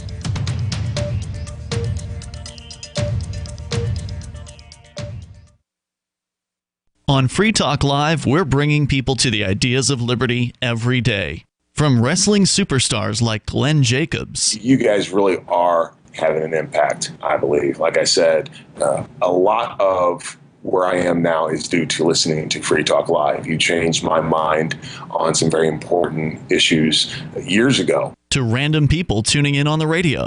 I was kind of stuck in the left-right paradigm. I heard your show by chance on a Saturday night. From there, I went on, joined the Free State Project, and become an amplifier. So, I mean, that's really the reason why I amp is because I know that if it wasn't for you guys being on as many stations as you are, I never would have found the ideas of liberty. Your amp will directly change more lives by getting Free Talk Live in front of people looking for talk radio online and on the air. When you amp Free Talk Live, you get perks like access to the AMP-only Facebook group and AMP podcast. Visit amp.freetalklive.com. Looking for a great real estate investment? Consider New Hampshire, which is ground zero for the Liberty Movement. Your first call should be to Mark Worden from Porcupine Real Estate. He's more than just a real estate agent. He's your New Hampshire concierge. Where are the best places to live? Do you want farm, city, the burbs, or forest? Do you want a duplex or multifamily building so that renters pay your mortgage? There are homes in all price ranges in New Hampshire, and Mark can help with financing too. Invest in liberty and property. Mark Worden can help. PorcupineRealestate.com. Tired of cancel culture? Sick of mega tech corporations holding an axe over your head? Join the LRN.FM Matrix chat server. It's self-hosted, so no one else can tell us what to do or say. Don't like the existing channels? You can make your own. You can even connect into some of our channels from other Matrix servers. It's federated. For the full LRN.FM Matrix experience, though, you should join our server via the step-by-step instructions at chat.lrn.fm. Chat.lrn.fm. The Free State Project has reached its goal of 20,000 liberty lovers who've pledged to move to New Hampshire and get active to achieve liberty in our lifetime. Perhaps you're trying to figure out what part of New Hampshire should be your destination. If so, consider Keene. You'll find more than 150 reasons to move to Keene at move.freekeene.com. Keene is famous for its historic, publicity-generating activism, as well as being the liberty media capital of the world. It's home to freekeene.com, New Hampshire's destination for liberty activism, news, and opinion. For years, we've been compiling over 150 reasons to move to Keene at move.freekeene.com, where you'll learn about some of what's happening here and what makes Keene a great place to live. If you love liberty, you'll probably enjoy anywhere you end up in the Shire. But do your due diligence first. Please visit move.freekeene.com for the full list of over 150 reasons to move to Keene. That's move.freekeene.com. Some of you asked, and now we've delivered. LRN.FM's live Keene, New Hampshire studio shows are now streamed in HD on Twitch. Visit our channel at twitch.lrn.fm and give it a follow. If you have Amazon Prime, you get one free subscription on Twitch. If you use it on our channel, Twitch will give LRN.FM a monthly piece of your Prime subscription cost. So please watch, follow, share, and subscribe to twitch.lrn.fm. That's twitch.lrn.fm. So you've signed the Shire Society Declaration and are planning your move to New Hampshire to be around more liberty-oriented people. Next, sign up for the Shire Society Forum at forum.shiresociety.com. There are a bunch of people there who are already in the Shire, and they want to meet you. If you're already in the Shire physically, you should also come by the forums. Remember, not everyone uses Facebook. New people are signing up for the Shire Society Forum every month, so drop in and say hello at forum.shiresociety.com. Yep, we still do email. Drop your email address in the entry box at freetalklive.com, and you'll be kept in the loop with Free Talk Live.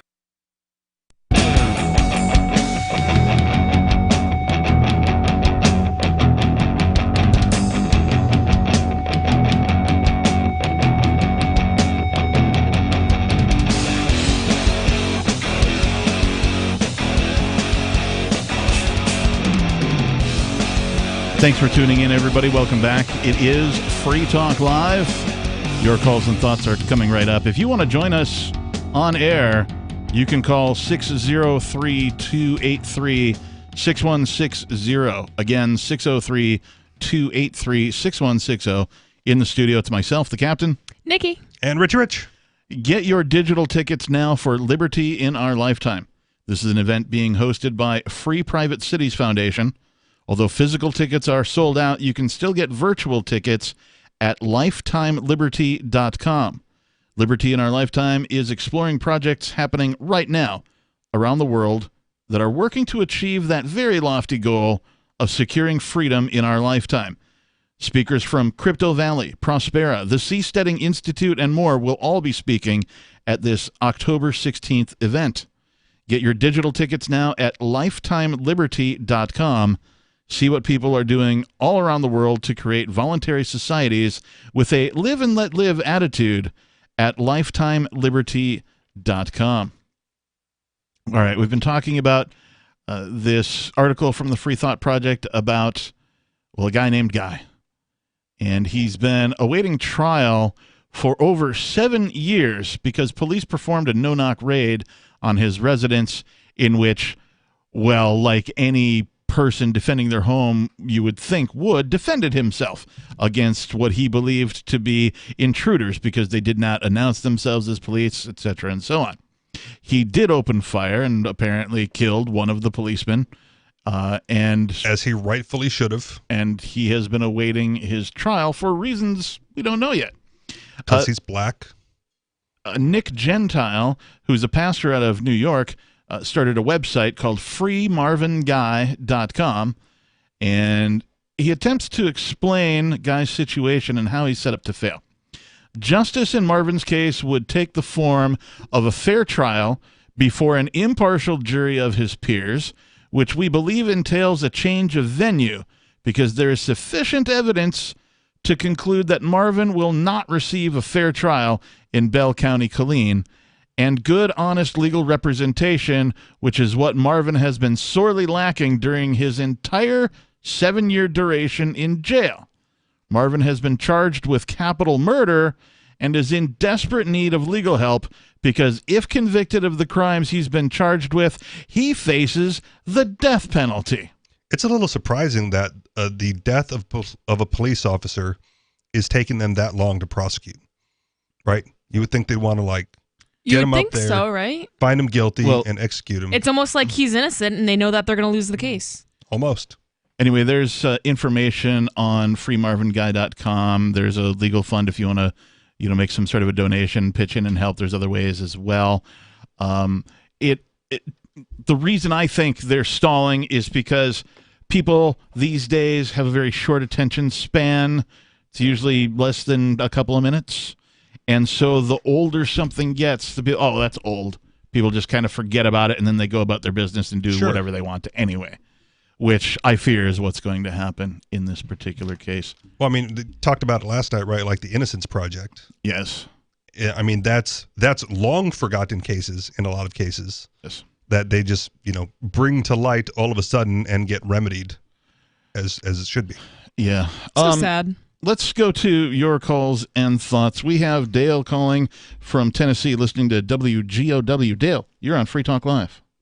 Well, actually, I'm Georgia, but they're Georgia. our cousins. Thank you. All right. I think that if President Eisenhower were alive today, he would be warning us about the pharmaceutical industrial complex. Instead of the military industrial complex? Yeah, you're right. Because they seem to have traded in one industrial complex for another. They would have got to him. And, all right, we have ivermectin and other therapeutics being suppressed. You mean horse dewormer? My understanding is Pfizer is working on a therapeutic. Now, if they can make my A-OK with the government, which is fascism. It's not communism, but I'm getting off on another thing. That's another debate. Okay, so the fact that Pfizer is working on a therapeutic says that the therapeutics are good, and they're just not making money on ivermectin. So the government is suppressing it for them because we know that they fund Joe Biden's campaign. It really is just a swamp. Yeah, I mean, Nikki kind of touched on that earlier when they said, they don't want you to get exercise, they don't want you to eat healthy, all the things that would give you a good immune response. And why don't they start mandating that people lose weight? Yeah, and that's actually a great point. And I usually don't, obviously I don't support any mandates. Right. But all of the people who are, I don't want to say all of the people, a lot of the people that I've heard of dying from COVID have all been severely overweight. Yeah. So what did they do? They kept you in your house. So, no sunlight, no exercise. Offered you donuts and beer. Yeah. Trying to kill you, man. It's that's why people simply can't trust anything from the government right now. Yeah. Well, here's something. Here's something interesting that maybe you've heard of this, Dale. Maybe you haven't. I got this from InvestingAnswers.com. It's the 10 most popular stocks owned by Congress in 2021. Number 1, Apple. Number 2, Microsoft. Number 3, Bank of America. Number 4, Walt Disney. Number 5, AT&T. Number 6, Pfizer Incorporated. Number 7, Johnson & Johnson. Well, okay, knowing that information then, why not get a mutual fund of your own that has all of those included? They're not going to screw themselves. Just ride that wave. No, I'm good on that. Mussolini said or used a torch as the symbol of fascism. The binding together of reeds the reeds of pharmaceutical, the reeds of communication, mass media, government, they all are bound, they are fastened together with a single goal, and it's to control the proletariat. I like to call them bundles of I think sticks. we're looking at neo-fascism today. Oh, we certainly are. More than, and I'll let y'all go, but I love y'all, and I It's just, not you know, even- I'm an old guy. Hey, I still remember being able to dial, and yes, dial the old last four digits of a phone number. Like Thank you. 4795 was ours. So you must be about, I'm 60, but brothers and sisters, I love y'all, and I'll let you go. Thanks, Dale. Appreciate Captain the is call. close. Yeah, I'm 49, so you know, old is old, man. What is old? It's all relative, right? Because when I was like 16, I remember thinking that like 18-year-old girls were really old. Yeah, I knew I was old when I went out and partied one night and missed my alarm the next morning for work, and I went, can't do that anymore. Oh. Like that was it. No, I just kept partying. The year before, maybe, yeah, but prior to that, right, staying out way too late and waking up in time to get to work on time, perfectly fine. Soon as it didn't happen, it was like, I'm old. Like, that's it. This is the old person experience. Threw my back out a couple years ago, and screw it. Just going to ride that wave too. Yeah, no, I continued partying for quite some time. In fact, much to the chagrin of many employers, I had this period of time where I didn't care about my job enough that it would prevent me from partying, and so I would go through jobs like water. Okay. I had many jobs over a very short period of time. Sure. 2 or 3 years or something. But as a youngin', you can party and still get to work on time. Oh, yeah, for a period of time, and eventually it catches up with you. Maybe. And I would say when it starts to catch up to you, for me, that was the mark of oldness. Oh, no, I would just quit my job because it was getting in the way of my partying. My job is a That's party. fine. Okay. This job's kind of a party. Yeah. Suicidal Dolphin? So not a new story, by the way, just an interesting. Have we talked about it here on Free Talk? No, Okay. it's just it's an old story. Now I'm trying to wrap my head around, because just saying Suicidal Dolphin, like, That's a great band name. it actually is. I was thinking that. I was thinking a bunch of other things. I'm like, how does a dolphin hang itself? It drowned itself. Aww. Spoiler alert. Yeah. Here's the headline. All right, go ahead. I don't like it. I was thinking, because if the dolphin had hung himself, how do we know he wasn't doing the autoerotic asphyxiation? He just got caught in the hoop that he's supposed to jump through. Oh, God. He said, "Thank you for the fish," and Thanks for the fish. Heartbreaking story of dolphin named Peter, who killed himself by drowning after being separated. We'll learn more about this heartbreaking dolphin suicide here on Free Talk Live. Coming up, 603-283-6160. Did you own a dolphin, and did your dolphin commit suicide? Hour number 3 is next.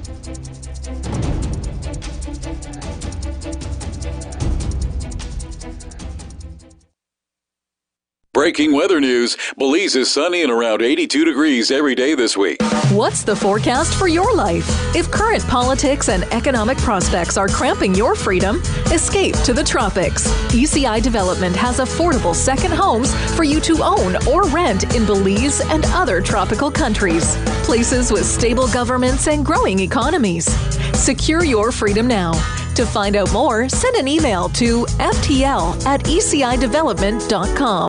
Brute force, intransigent defiance, adamantine will. These are the hallmarks of the AI tank. These gigantic machines have the firepower of an army, but they also have their own sense of honor and duty. When the world breakers arrive, battle will be joined, planets will shake, and war and peace will never be the same again. World Breakers. Stories from David Weber, Larry Correa, and more. Available August 3rd from BaneBooks.com.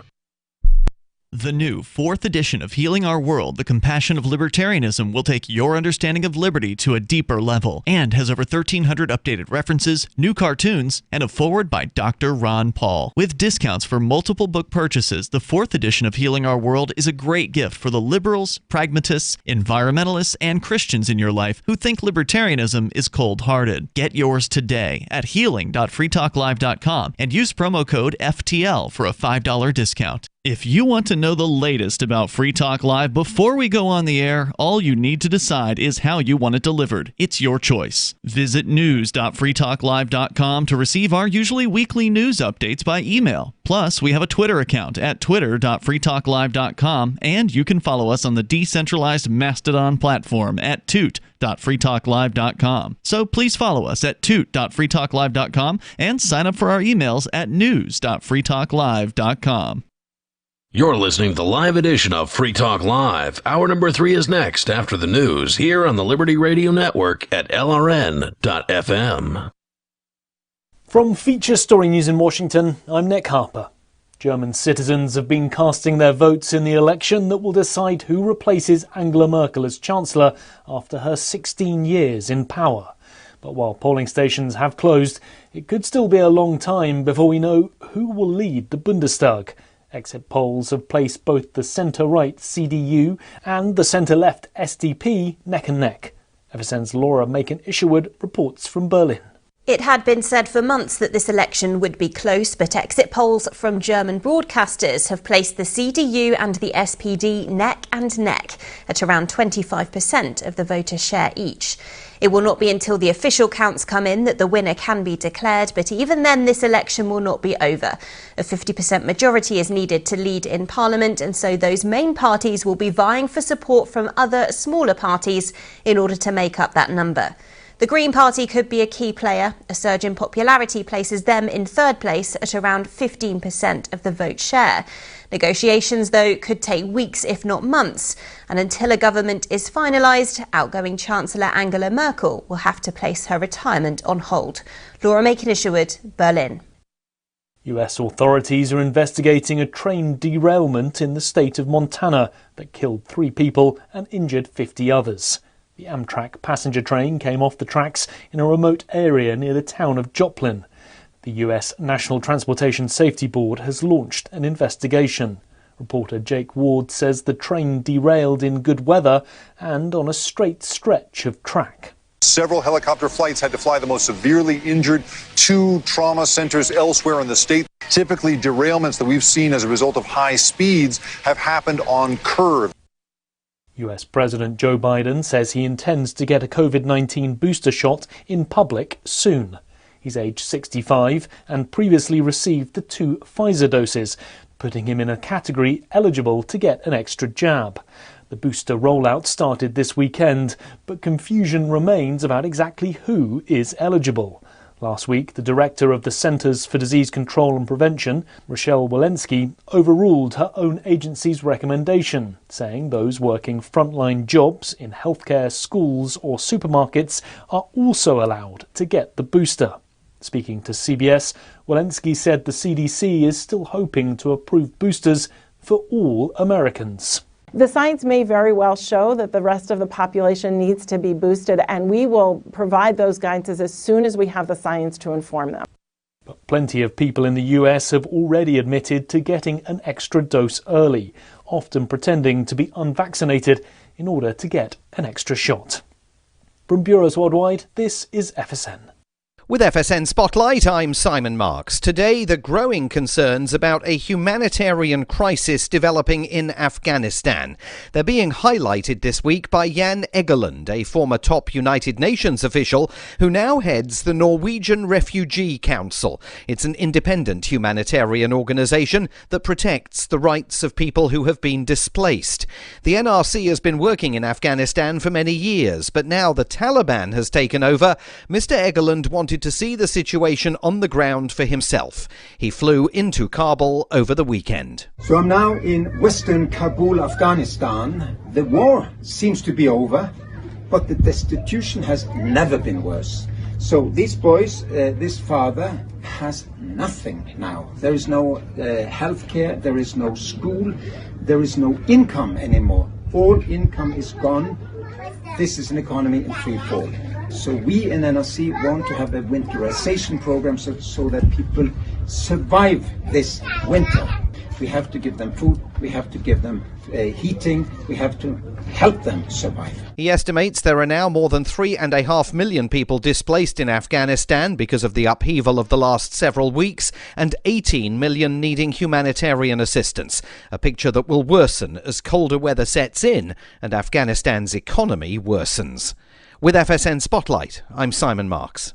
And the main news again. German citizens have been casting their votes in the election that will decide who replaces Angela Merkel as Chancellor after her 16 years in power. Exit polls suggest the two main parties are neck and neck. US authorities are investigating a train derailment in the state of Montana that killed 3 people and injured 50 others. And US President Joe Biden says he intends to get a COVID-19 booster shot in public soon. That's Feature Story News. Nick Harper reporting. In a competitive tech world, companies are always looking to the latest trend to keep their employees productive and happy at the office. But a new study suggests that employees are actually happiest when they're simply pretending to work from home. The study from tech and consulting giant IBM found employees felt overall more focused and content with their jobs when doing personal tasks like catching up on laundry or their favorite TV shows when they should be working. I just make sure that I send some emails to my supervisor first thing in the morning so he thinks I'm up and working, but then I just go right back to bed. I never have to deal with rush hour traffic or anything. I just walk across the room, sit down at my desk, and start browsing through my Twitter feed immediately. The trend is making its way to the country's most influential tech companies like Google, where employees are encouraged to put in 12 empty hours of work a week from their homes. The study hasn't swayed every company, however. Yahoo CEO Marissa Mayer said in a statement, "At Yahoo, we prefer that our employees pretend to work side by side right here in our offices." This is the Onion News Network.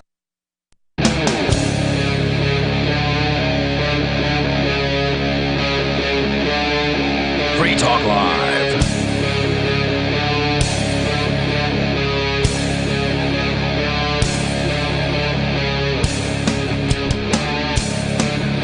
Our numero tres here on Free Talk Live.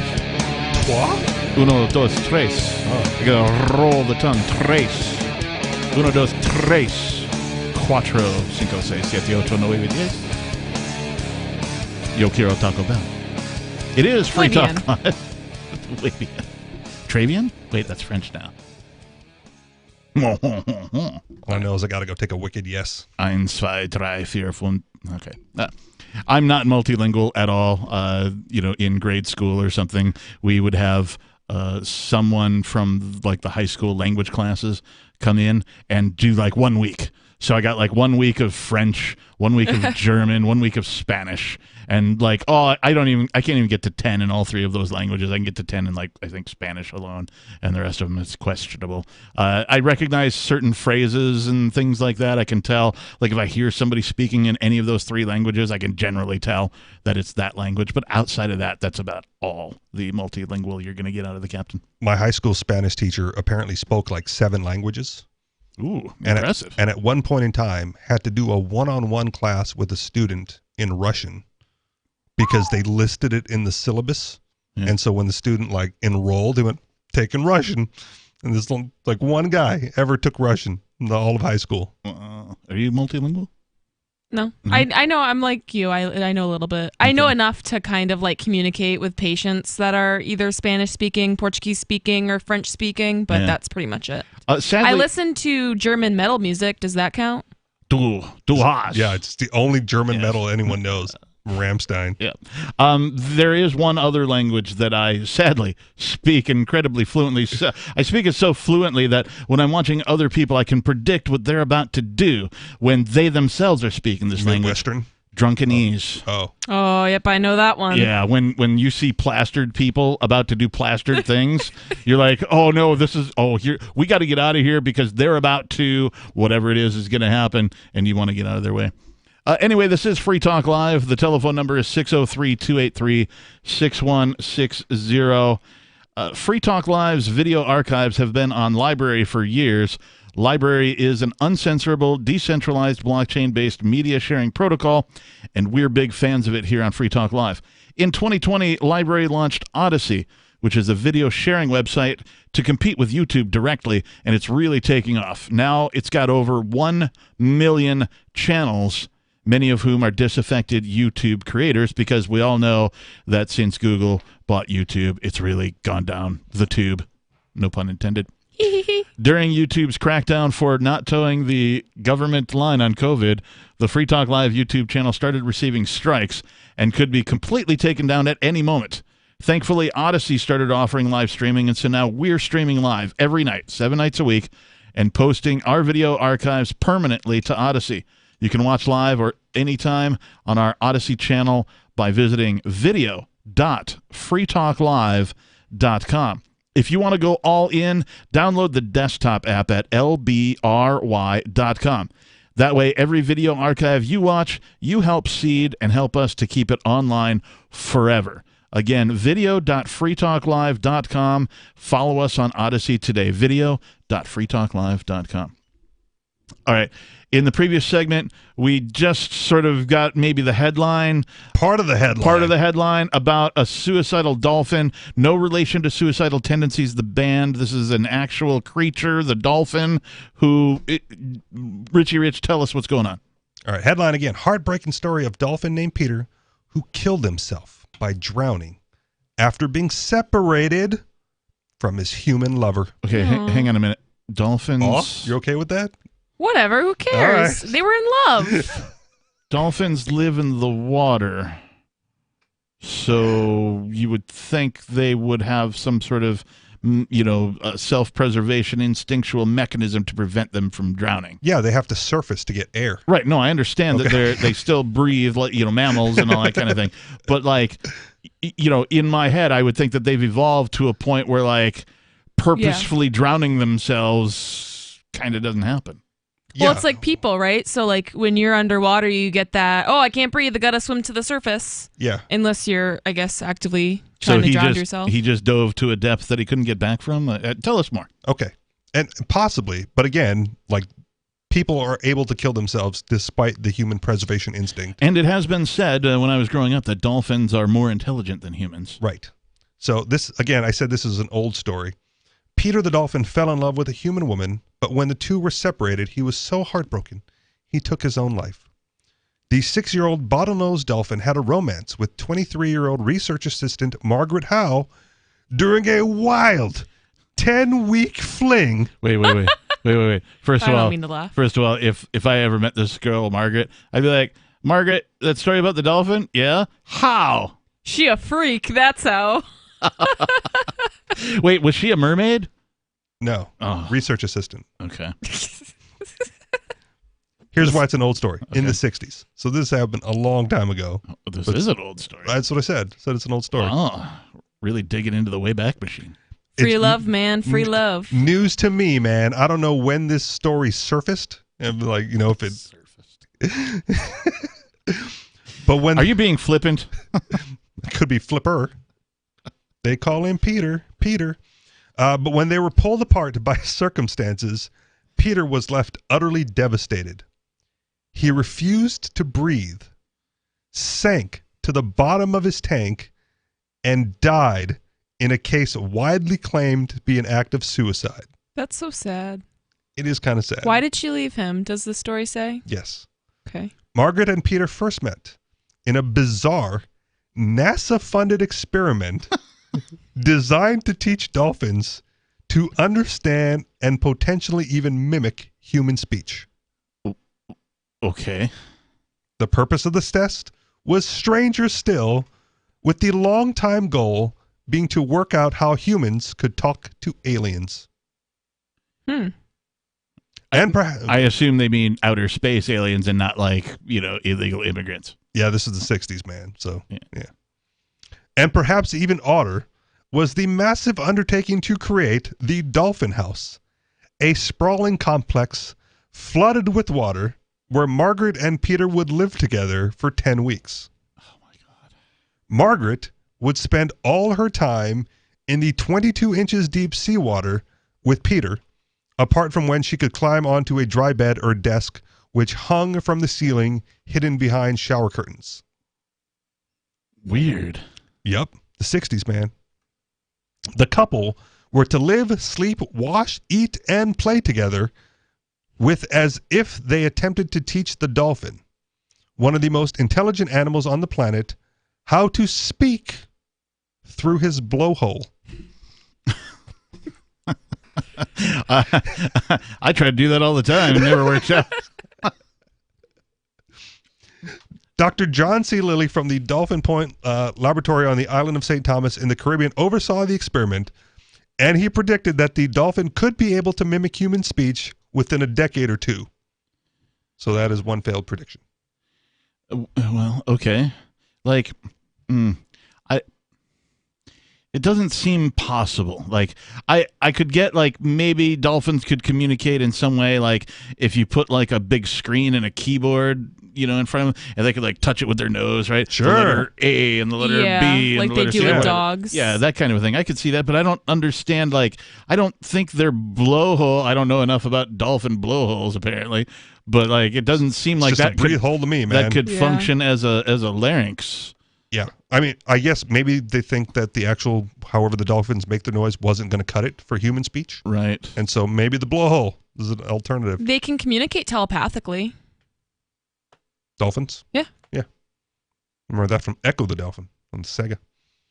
However, between the dolphin and his human handler, things became much more complicated than anyone could have predicted.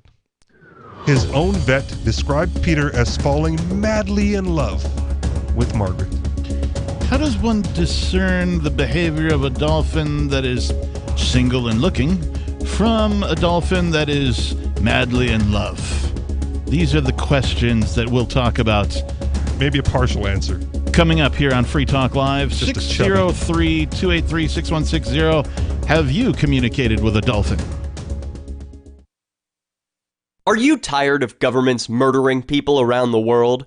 Stop using their money. There is an alternative. Bitcoin is a stateless, free market, non-political currency. Bitcoin cannot be inflated or controlled by any government. By using their money, you are helping the state. You have an incredible alternative available now. Learn it, use it, spread it. Get started with Bitcoin at Bitcoin.com. That's Bitcoin.com. Do you feel like your nation, state, or community no longer holds your values? Have you dreamt of a place where people agree that liberty is important and are free to pursue their projects so long as they respect the property of others? There are many people just like you that are discovering freeprivatecities.com. Their social media links are at the upper right of the page at freeprivatecities.com. All skill levels will be needed when the first of the Free Private Cities opens. It's sooner than you think. Stop arguing and build. freeprivatecities.com. Breaking weather news. Belize is sunny and around 82 degrees every day this week. What's the forecast for your life? If current politics and economic prospects are cramping your freedom, escape to the tropics. UCI Development has affordable second homes for you to own or rent in Belize and other tropical countries. Places with stable governments and growing economies. Secure your freedom now. To find out more, send an email to ftl@ecidevelopment.com. When Monster Hunter International discovers one of Isaac Newton's wardstones being auctioned off, they decide to steal it and use it to destroy the Chaos God once and for all. But a mysterious thief upends their plan, and it soon becomes a race against time as something much older and infinitely more evil awakens in the jungles of South America. Monster Hunter Bloodlines by New York Times bestselling author Larry Correia and Baen Books. Visit monsterhunternation.com for more. This is Michael Dean from the Freedom Fiends. I've run websites since 1996 and have used over a dozen web hosts in that time. AgristHosting.com is the only one that hasn't broken my heart. Agrist Hosting's uptime and service is stellar, and their DDoS mitigation is the best I've seen. That's important because if you tell the truth in this world, you'll ruffle feathers. And some people will try dirty tricks to silence your voice. No matter what the haters hit us with, Agrist Hosting keeps our websites online. If you have a mission-critical commercial presence or a world-changing activism site, you cannot tolerate any skullduggery. So go with agristhosting.com. Have a WordPress or blog site, but you're not satisfied with performance or uptime? Or just want raw hosting? Want to pay with Bitcoin? Agrist Hosting specializes in high-performance hosting with personalized service. Go to agristhosting.com and click on the button that says Get Hosted. That's agristhosting.com. The LRN.FM social media channels have been revamped. We've eliminated Facebook and focused on other platforms like Twitter and Mastodon, the decentralized alternative to Twitter. On our accounts, you'll find posts from multiple LRN.FM show hosts together in one place. Follow us on Twitter at twitter.lrn.fm, or better yet, move to the decentralized Mastodon social media platform at toot.lrn.fm, toot.lrn.fm. I think you'll like it. Should you be able to earn an honest living free from senseless government interference? The Institute for Justice thinks so. That's why we've spent years defending hard-working men and women from pointless government regulations. Nationwide, IJ has created opportunity by reducing government power. But there is still more work to be done. Visit our website today at ij.org. Let IJ take care of the government so you can take care of your business. Got Telegram? You can follow our channel there and discuss show prep with other listeners at telegram.freetalklive.com.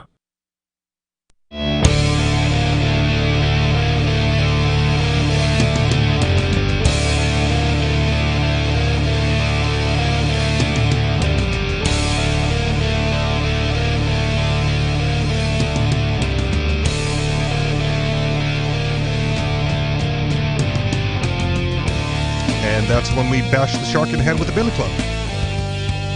His name was not Flipper. He was not faster than lightning because he was caught by man.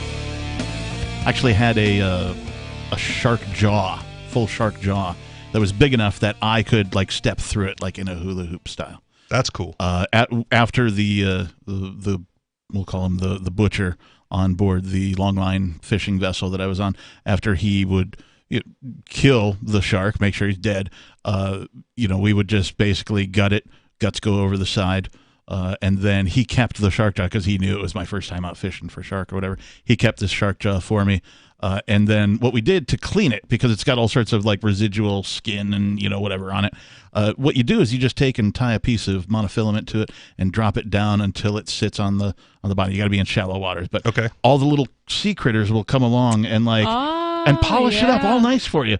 So I was going to guess piranha tank, but that's cool too. No, it remove whatever the critters are. They just come along overnight and they clean it up all nice, and it comes out gleaming and ding. You know what I mean? And yeah. So, the circle of oceanic life. Yeah, so it was pretty cool. Anyway, this is Free Talk Live. We're sort of finishing a conversation that we had off air about sharks and fishing, but we are talking about a suicidal dolphin here on Free Talk Live. If you Not wanna, a fish. If you want to call in, it's 603-283-6160. It's myself, the captain. Nikki. And Richie Rich. So, Richie Rich, continue telling us. So, first of all, this happened in the 60s. This was a NASA weird sponsored NASA experiment where this lady and this dolphin trying to get the dolphin to learn how to speak through its blowhole. And so they made them live together in like 10 weeks. In like a half human, half dolphin environment. That part I'm not clear how much of the area was dolphin tank. Yeah, but she was in. It said 22 inches deep seawater, which doesn't seem like a lot for a dolphin. No, that's not a lot at all. Right. So I don't know if because the lead was that the dolphin sank to the bottom of his tank, and I'm not clear if that was just 22 inches. Right. Or not. Or maybe there was just like there was a bigger tank where the dolphin could swim around, and then like when it wanted to communicate with her, it would come into this more shallow tank. That's either not clear or we haven't got there. Okay. So the vet on duty described Peter as described Peter as falling madly in love with Margaret. While the test was unsuccessful in getting the dolphin to learn English, it did offer an insight into the powerful emotions held by animals. Margaret noticed by week 4 of the experiment, Peter had started to become sexually aroused around her and would be flirtatious, nibbling at her and rubbing against her legs. Oh. Mm-hmm. Well, wow. Are you sure his name was Peter? It's a good name. Not Rico Suave? And as Peter's urges became more and more lusty, the young researcher decided to start pleasuring the dolphin. Oh, gosh. In a bid to keep him focused. Oh, my gosh. I was kind of hoping that the story would take this turn. Really? I didn't peg you for a fan of interspecies erotica. Well, it makes an interesting story. I can just see her next tattoo now. Right. Have you seen Clerks 2, the movie? No. Oh, there's a bit in there about interspecies erotica that's hilarious. If you haven't seen You that guys movie. have never hooked up with a dolphin before? No. The Donkey Show? No, I'm not into football players. Miami? Oh, okay. Dolphins? Come on, man. Ray Finkel. Sports ball. Finkel and Einhorn. Einhorn. She denied this was sexual for her, but acknowledges it was for him, and instead described the experiences as sensuous. Can I stop you there? Anytime, please. She was jerking off the dolphin and said that it wasn't sexual? For her. Like, she apparently derived no pleasure. Okay, but you're still touching the dolphin sexually. She's like, I'm doing it for the experiment, man. I'm just doing it for the experiment. She loved him. I mean, if the dolphin's, like rubbing up on you and rubbing up on your legs and stuff and got a little I mean, maybe dolphin she chubby. had like no social life. Maybe she was, a self-isolator.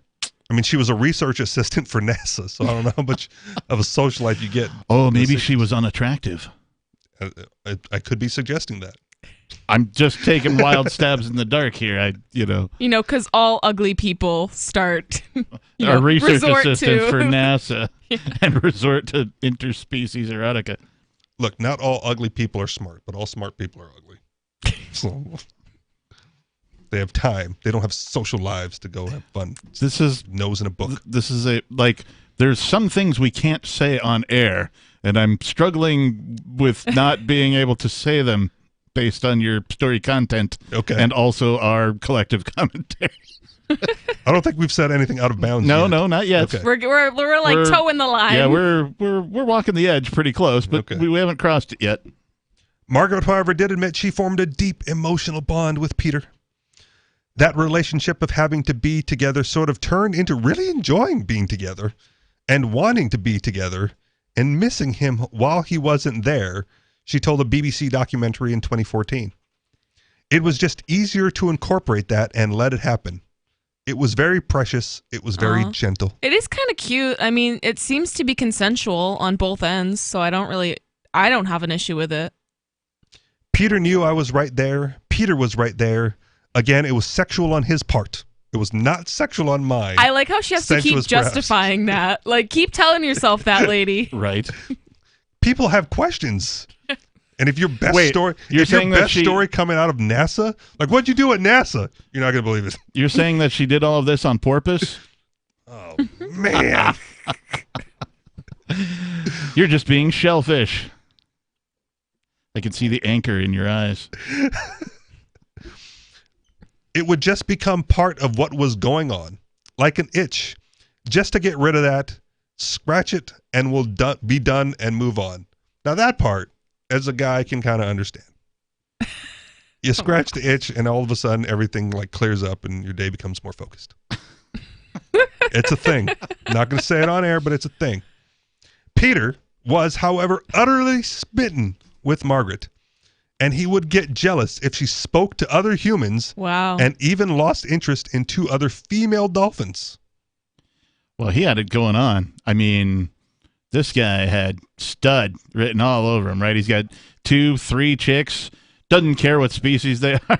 I mean, if you're getting rejected by the 2 members of your species, but you know where you can get a hand job, like from a different species. Dolphins don't have hands, so she does have the advantage there. Is it a fin? Come on with the story, please, before I get carried away and get us kicked off the air. He took to sleeping just next to her suspended bed. The 2 would watch TV, and he even started to form some human sounds, in particular the word ball. However, as their bond became deeper and they established a workable relationship between human and dolphin, the experiment's funding ran out, and the dolphin house had to close. Oh, that's a very sad story. The dolphin killed himself because he had no more love. Because they ran out of money. The government wouldn't fund his love tryst. Oh my gosh. 603-283-6160 or Free Talk Live is coming up.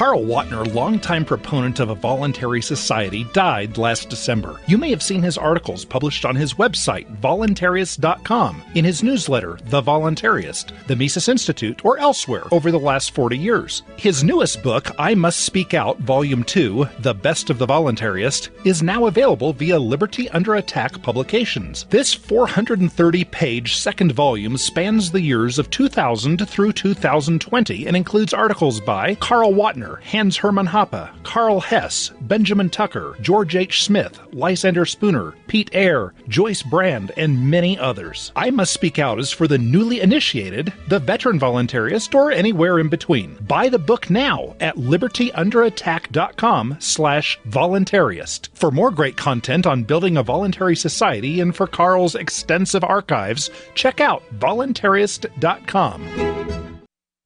From Feature Story News in Washington, I'm Nick Harper. German citizens have been casting their votes in the election that will decide who replaces Angela Merkel as Chancellor after her 16 years in power. But while polling stations have closed, it could still be a long time before we know who will lead the Bundestag. Exit polls have placed both the centre-right CDU and the centre-left SDP neck and neck. FSN's Laura Macon-Isherwood reports from Berlin. It had been said for months that this election would be close, but exit polls from German broadcasters have placed the CDU and the SPD neck and neck at around 25% of the voter share each. It will not be until the official counts come in that the winner can be declared, but even then this election will not be over. A 50% majority is needed to lead in Parliament, and so those main parties will be vying for support from other smaller parties in order to make up that number. The Green Party could be a key player. A surge in popularity places them in third place at around 15% of the vote share. Negotiations, though, could take weeks, if not months. And until a government is finalised, outgoing Chancellor Angela Merkel will have to place her retirement on hold. Laura Macon-Isherwood, Berlin. US authorities are investigating a train derailment in the state of Montana that killed 3 people and injured 50 others. The Amtrak passenger train came off the tracks in a remote area near the town of Joplin. The US National Transportation Safety Board has launched an investigation. Reporter Jake Ward says the train derailed in good weather and on a straight stretch of track. Several helicopter flights had to fly the most severely injured to trauma centers elsewhere in the state. Typically, derailments that we've seen as a result of high speeds have happened on curves. US President Joe Biden says he intends to get a COVID-19 booster shot in public soon. He's aged 65 and previously received the 2 Pfizer doses, putting him in a category eligible to get an extra jab. The booster rollout started this weekend, but confusion remains about exactly who is eligible. Last week, the director of the Centers for Disease Control and Prevention, Rochelle Walensky, overruled her own agency's recommendation, saying those working frontline jobs in healthcare, schools or supermarkets are also allowed to get the booster. Speaking to CBS, Walensky said the CDC is still hoping to approve boosters for all Americans. The science may very well show that the rest of the population needs to be boosted, and we will provide those guidances as soon as we have the science to inform them. But plenty of people in the US have already admitted to getting an extra dose early, often pretending to be unvaccinated in order to get an extra shot. From Bureaus Worldwide, this is FSN. Do you appreciate what we do? Help us advertise, market, and promote for just $5 a month at amp.freetalklive.com.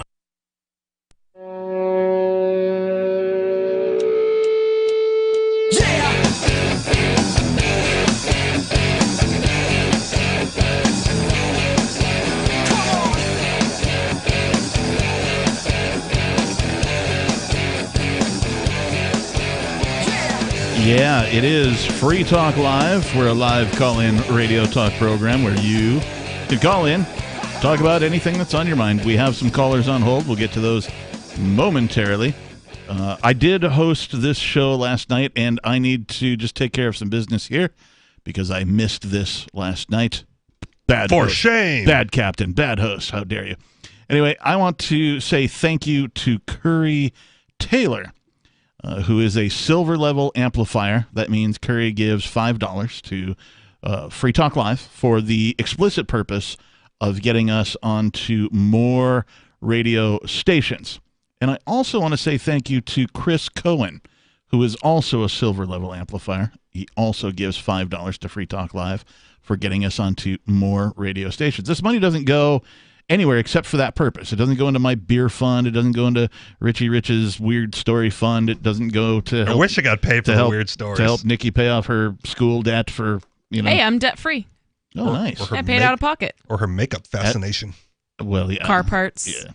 Car parts. Yeah. It doesn't go to any of that. It goes only to get this show onto more radio stations. We're currently on around 180. We could be on 200. We could be on 250. Even more. 300 is not out of the question. It's 700 radio stations. Visit amp.freetalklive.com to find out more about the Amplifier program. AMP stands for Advertise, Market, and Promote, and that's what the money would be going to. So thank you again to Curry Taylor and Chris Cohen for being amplifiers of Free Talk Live. We appreciate you and your contributions. So apparently, Richie Rich, your Dolphin story has sparked some interest. We're going to go to I'm amazed. We're going to go to Kadu from Connecticut, who has at least one question about this Dolphin situation. Kadu, you're on Free Talk Live. Hey, yeah. Do we know if the Dolphin gave verbal consent? What a great question. I want to say no, because the only word that he was almost able to form was ball. So unless ball was somehow saying okay. Now, okay. But if you want to get into like the real topic, is verbal consent actually necessary? Well, I'm curious if the Dolphin gave consent at all. Understood. And that would be more important than verbal consent, because I'm convinced that there are other ways to express consent other than just verbal. Yeah, right. Saying yes or no. Like, that's a human thing. And, if the Dolphin could communicate in, I don't know. Like if the Dolphin swims up to her thing with the chubby and flips over and she starts giving it a go. Let's be less descriptive about that. Honestly, I would favor that the Dolphin signing a written contract. I mean, I thought if verbally the Dolphin was able to squeak something out like let's go now. I could appreciate that too. But other than that, I think this is an immoral experiment. All right. Thanks for the call, Kadu. Tell that to Peter. He seemed okay with it. If he returned for more, I assume he was okay with it. So, or if he didn't swim away when she started, right? Right. Or otherwise object, something along those lines. I don't know. Although, it's a NASA experiment, and governments aren't real keen on asking folks for permission when they do stuff. It also doesn't seem like this was part of the experiment in any way whatsoever. I don't think so either. I actually heard that all of the Dolphins signed an informed consent form before the experiment started. Okay. There you go. You heard that? I'm totally just kidding. They put their flipper print on the dotted line. I was going to say, you can hear Dolphin now? Do you translate? It was telepathically. Well, they telepathically communicate to me. Okay. I want whatever you're on. That's good. We'll wait till after the show. Organic oats and honey. And wine. Lots of booze. Did it mention anything in there about it sounds like it was a consensual relationship. Well, what it mentioned was, again, the Dolphin would rub up against her, right? He literally committed suicide after she left, so... he seems pretty smitten. I guess I just want to look out for some sort of weird Stockholm Dolphin syndrome. Dolphin Stockholm, whatever, you know what I mean. Yeah. Dolphin home syndrome, stock dolphin? I don't know. Dolphin home syndrome. Yeah, because we've seen this in humans, right? The Milgram experiments, we've seen this in, what was the other experiments? Well, there's the Milgram experiment, the Ash conformity test. I forget the other. What's the one where they did the prison? The Stanford prison. Prison experiments, right? Yep. That's the one that really plays into the Stockholm syndrome one. So the Dolphin, arguably in captivity, right? Being handled by the person that I'm guessing fed him, and all that kind of stuff. But also had access to 2 other female dolphins. Right, but those 2 female dolphins didn't feed him and take care of his other needs, apparently. That kind of a thing. So I don't know. It is Like, this is a good question. 4 weeks in, Dolphin became flirtatious, nibbled at her, rubbed against her leg, and his urges became more lusty. And that's what started it all. How do you differentiate between a dolphin just, doing something or doing something lustily? Personally, you don't have to answer personally, that unless I don't know. Have you been to SeaWorld, Richie Rich? But I am able to recognize when humans become more lusty. Right? There are the behaviors there. Let's go to Major Payne calling from Michigan. Major, you're on Free Talk Live. Yeah, good evening, gentlemen, and your female co-host. Can't remember what her name is. She always says it at the beginning of every segment. It's Nikki. I know, it just slipped my mind. Anyway, with this dolphin chick here, now I'm assuming if this is taking place in like 2 foot of water, right? So yeah, 22 inches of salt water. Yes. Okay, so theoretically, the dolphin's going to have to breathe during this sexual experience. Okay, so follow my train of thought here. That means that the handler had to reach down and perform this underhandedly, so to speak. So, proving even in the 60s, NASA's research was underhanded. Right there. All right, now I think maybe this girl should have taken on some other form of marine mammal, maybe like seals or something. Because everybody knows that every seal has a porpoise. Oh, Captain already did the porpoise joke. You don't get credit for that. I know, but I've been using that every seal has a porpoise thing for years. I claim originality on that one. Thanks for the call, Major. We appreciate it. Hey, did you guys know that more people get raped by dolphins every year than die from COVID? What? Was it that like can't be true. Yep. 14 people. Google told me so. 14 people. Every year get raped by a dolphin. Every year? Okay. It's more than more deaths than COVID. Wait. Whose job is it to go around counting the dolphin rapes? I'm pretty sure they get reported. Of course, but there still has to be somebody who's like, yeah, who he has to compile at the end of the year and, say, oh, look, 14. Look, or whatever. It's probably Is that on average or just? On average, yes. Okay, because I was going to say, it'd be really sometimes it's more, weird. sometimes it's less. It'd be really weird if it was actually 14 every year. It's probably the same 14 dolphins. They have a gang. I found an article about the dolphin rape gang. It's probably a conservative estimate because those are the only rapes that happen in captivity, not even the ones that happen in the wild. Wow. When was the last time you went to SeaWorld, Captain? I did my time on the ocean. With your shark hunting? Shark, swordfish, tuna. It wasn't, So the funding ran out. The house had to get closed. Peter the dolphin was sad. Peter was shipped away from Margaret, being taken 1,000 miles away to Dr. Lily's other, much smaller lab in Florida. Within weeks, the seemingly heartbroken dolphin had died in an apparent act of suicide as he was kept in cramped conditions without his lover. They didn't even release him into the wild? Cramped conditions. NASA. They should have played that Queen song, Don't Try Suicide, for him in his new location. Maybe that would have helped. 603-283-6160. More Free Talk Live coming up.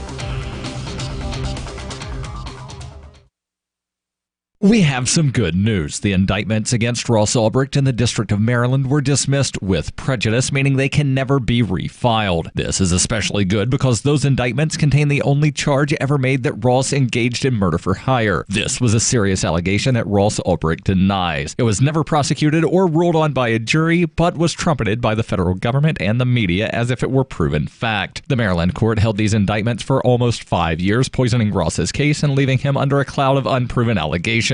As explained in Ross's appeal to the Supreme Court, the fact that the judge used these allegations to give Ross a draconian sentence of double life without parole violated his Sixth Amendment right to a jury trial. Judges are required to issue sentences based on convictions decided by a jury, not unproven allegations never even charged at trial. Although this is a positive development, the dropped indictment will not set Ross free. Now, a presidential pardon is Ross's only hope of freedom. Sign the petition at freeross.org. freeross.org. MyMagicMud.org. I'm crazy about My Magic Mud. This is the most important oral care product created this millennium, and I'm not kidding. We all have different opinions on politics and issues, but we all have mouths. And I want yours to be as clean as possible, with teeth as bright as they were meant to be. I will never be without My Magic Mud. It's a little surprising, but man, does it work. If you only listen to one thing I say ever, go to MyMagicMud.com and get 20% off with code FTL. MyMagicMud.com, code FTL. There are lots of ways to listen to Free Talk Live. Our podcast has been around since podcasts began, and now the FTL feed is loaded with content besides our full show archives. Did you know that we make it easy for you to customize your podcast subscriptions? We have different feeds, one that includes only our full shows, one with just the Daily Digest, and our main feed that includes everything. You decide what you listen to. It's quick and easy to customize your feeds at feeds.freetalklive.com. That's feeds.freetalklive.com.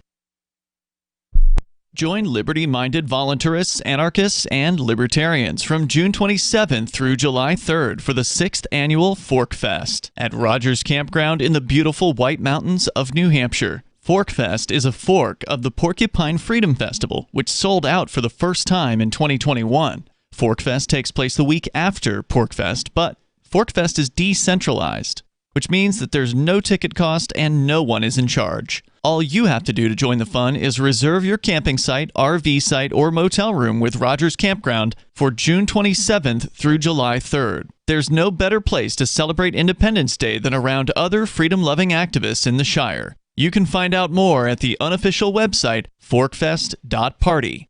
You can also connect with other attendees on the Forkfest Telegram and Matrix chat rooms, as well as the Forkfest forum. You can find links to those at forkfest.party. We hope to see you there. Forkfest.party. What if you want to hear the latest episode of Free Talk Live, but all you have is your phone, you forgot to download our archive, and you have no data connection? You can call our Listen line at 641-793-0191. That's a long-distance number, so you may incur charges. If not, listen as long as you want. 641-793-0191. The Free Talk Live Listen line, 641-793-0191. There are basically two types of advertising, direct response and branding. Radio's great for direct response with its low cost to listener ratio, but audio can't be beat for branding, which is a longer-term endeavor. You want to be the first thing that someone thinks of when they think about your product or service. If you have a local business that you want kept top of mind in your community, call the station. If you need national reach, Free Talk Live's got around 200 radio stations, millions of monthly listening sessions, can suit all budgets, and if we don't think we're right for you, we'll tell you. Email me, mark@freetalklive.com.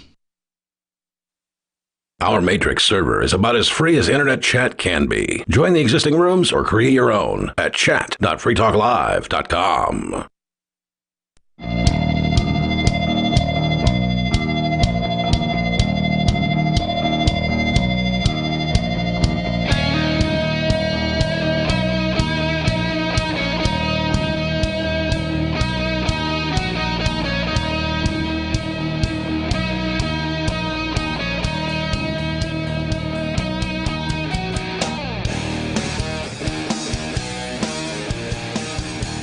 Yes, it is Free Talk Live. Your mom's favorite talk show. I have the proverbial your mom. Like, I make plenty of jokes about that. And sometimes I have to clarify to people when I make these jokes that, look, don't take it personally. I'm not talking about, when I say your mom, I mean it in the broad sense of talking like about everybody's mom. right? Not necessarily yours specifically, even though it can totally be construed that way. So it is Free Talk Live. We're in the final segment, so if you didn't get your call in already, we'll probably not get to it. But you can... Unscreened. Best way to do it. Yeah. What do they call it? No. Bareback? Yeah. Oh, okay. However, if you... Dolphin-backed? If you would like to call in, we do this show 7 nights a week, so call in between 7 and 10 p.m. Eastern. Even if you hear the show outside of those are the hours in which the show is live, 7 to 10 p.m. Eastern. So if you hear this show and it's like Tuesday afternoon or something, don't call in then. Call in 7 to 10 p.m. Well, 7 to like 9:45 then. right? Because you're not going to take an unscreened call at the last second. You don't know that. Oh, okay. Oh, so we do the unscreened calls thing. You don't know that either. Call at 9:55 and it's see if your host call gets discretion, answered. Okay. pal. All right. Yeah. So, at any rate, we've been talking about this suicidal dolphin that was part of a weird NASA experiment who somehow fell in love with the female experimenter who was trying to teach or figure out if the dolphin could learn English. Right. Or to speak. The experiment was to put them together for 10 weeks to see if they could teach the dolphin to speak as a way to understand aliens in the future. Right. And so the story went on to talk about how the dolphin fell in love with her, assuming the dolphin is male. His name's Peter. I mean, maybe his name is Peter for a reason. I'm going to assume the dolphin was male. I'm assuming the dolphin is male, and I'm assuming the person, what was her name, Maggie? Margaret? Margaret Howe. Okay. Yes, Margaret. How indeed. How indeed. How could you?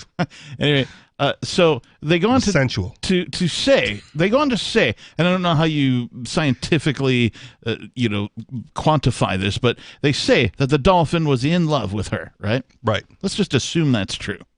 It seems fair at this point. This can't be the only human dolphin, sort of love interaction that has ever occurred then. And it occurs to me that how many of this type of a thing has happened when it's the other way around, where the dolphin is female and the trainer, arguably, or whoever the human is male? Excellent question, Captain. You don't have the answer? I don't have the answer for that. I do know there's 14 dolphin rapes per year, though, so it does happen one way or the other. So, okay, I get that. But there has to be some sort of accounting for this, you would think. If this happened in the 60s, you would think that folks who are training dolphins and otherwise using dolphins for different things would have some sort of accounting for this type of a thing. And I kind of want to throw this back at you because you're sitting in front of the big computer with the full-size keyboard. Only there was a magic rectangle.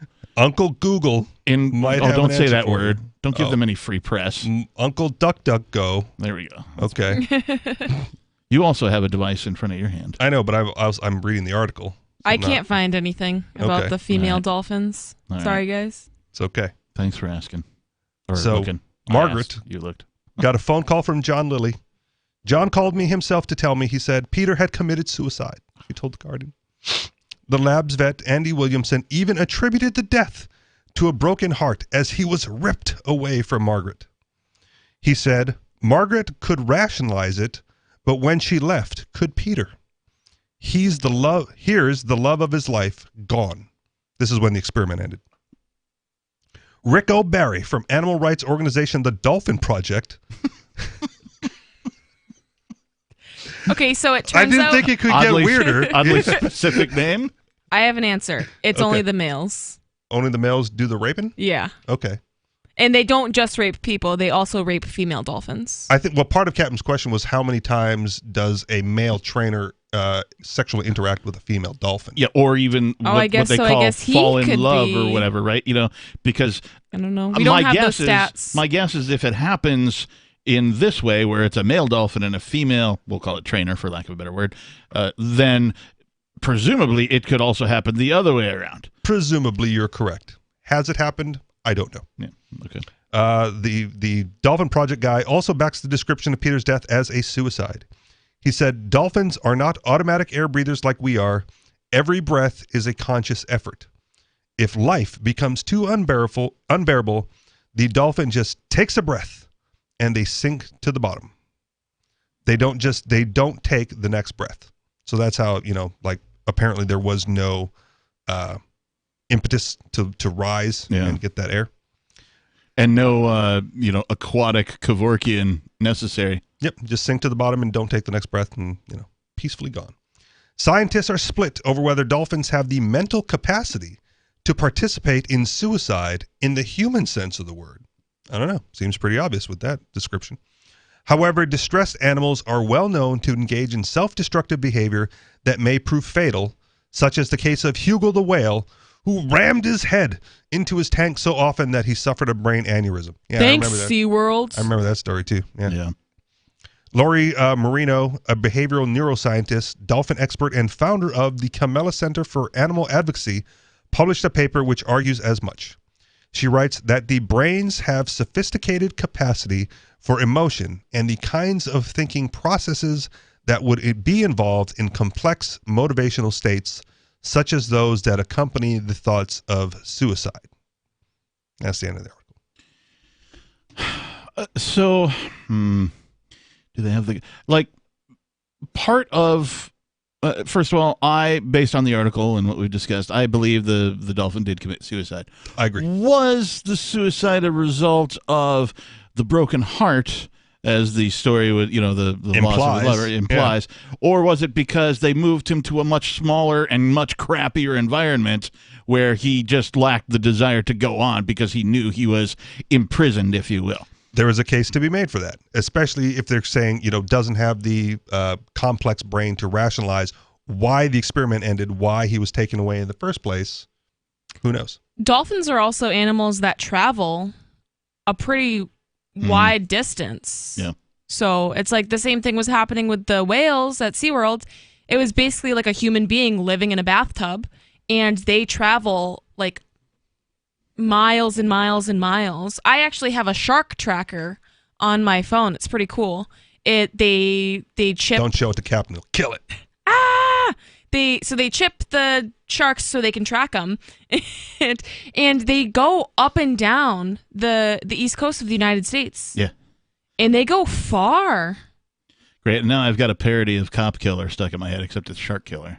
Nice. Right, and it's all like me being a thug, and he's a shark killer. Anyway. Shark killer. No, it is true. The fish do travel, and they travel great far distances. and wide and great distances for certain. Having been on a long line fishing boat, we did catch a very specific type of tuna fish called bluefin. Yep. And bluefin are basically giant tuna fish. That's how you differentiate them from the other tuna. And the small they have ones that you can put in a can. No, the small ones. Those are chickens. Oh, yeah. Chicken of the sea? The small ones are actually probably, 50 pounds or something like that. It's a joke because of the size of the chicken. Yeah, I know. Okay, Yeah, right. thanks. And actual fresh tuna does not taste anything like tuna out of the can. Yes, it is much better. It's far superior in every way. Far superior. But my point is that the bluefins only show up once per season, and they come up through the mouth in the Gulf of Mexico, in between Mexico and Florida, and they come up through that alleyway. So, and predictably, right? Like, I guess it's about bluefin season, and so some ships will show up and they'll fish that particular area. So it's not really all that difficult. I mean, there is difficulty in long lining. Long lining is the far more sane approach to fishing, in my estimation, rather than netting, right, which is the one everybody always complains about. Long lining is very specific, where you have the Japanese corralling. Right, yes. Long line is very specific, and long lining can be very specific to the type of fish, right? It was the same technique, but 3 different trips that we did. So it was swordfish, shark, and tuna. And on one trip, we did get the bluefin. Sadly, we are out of time. If you missed any of this episode, well, you're lost. But hey, good news. You can find it on the archives over at freetalklive.com. Thanks for tuning in, everybody, and peace.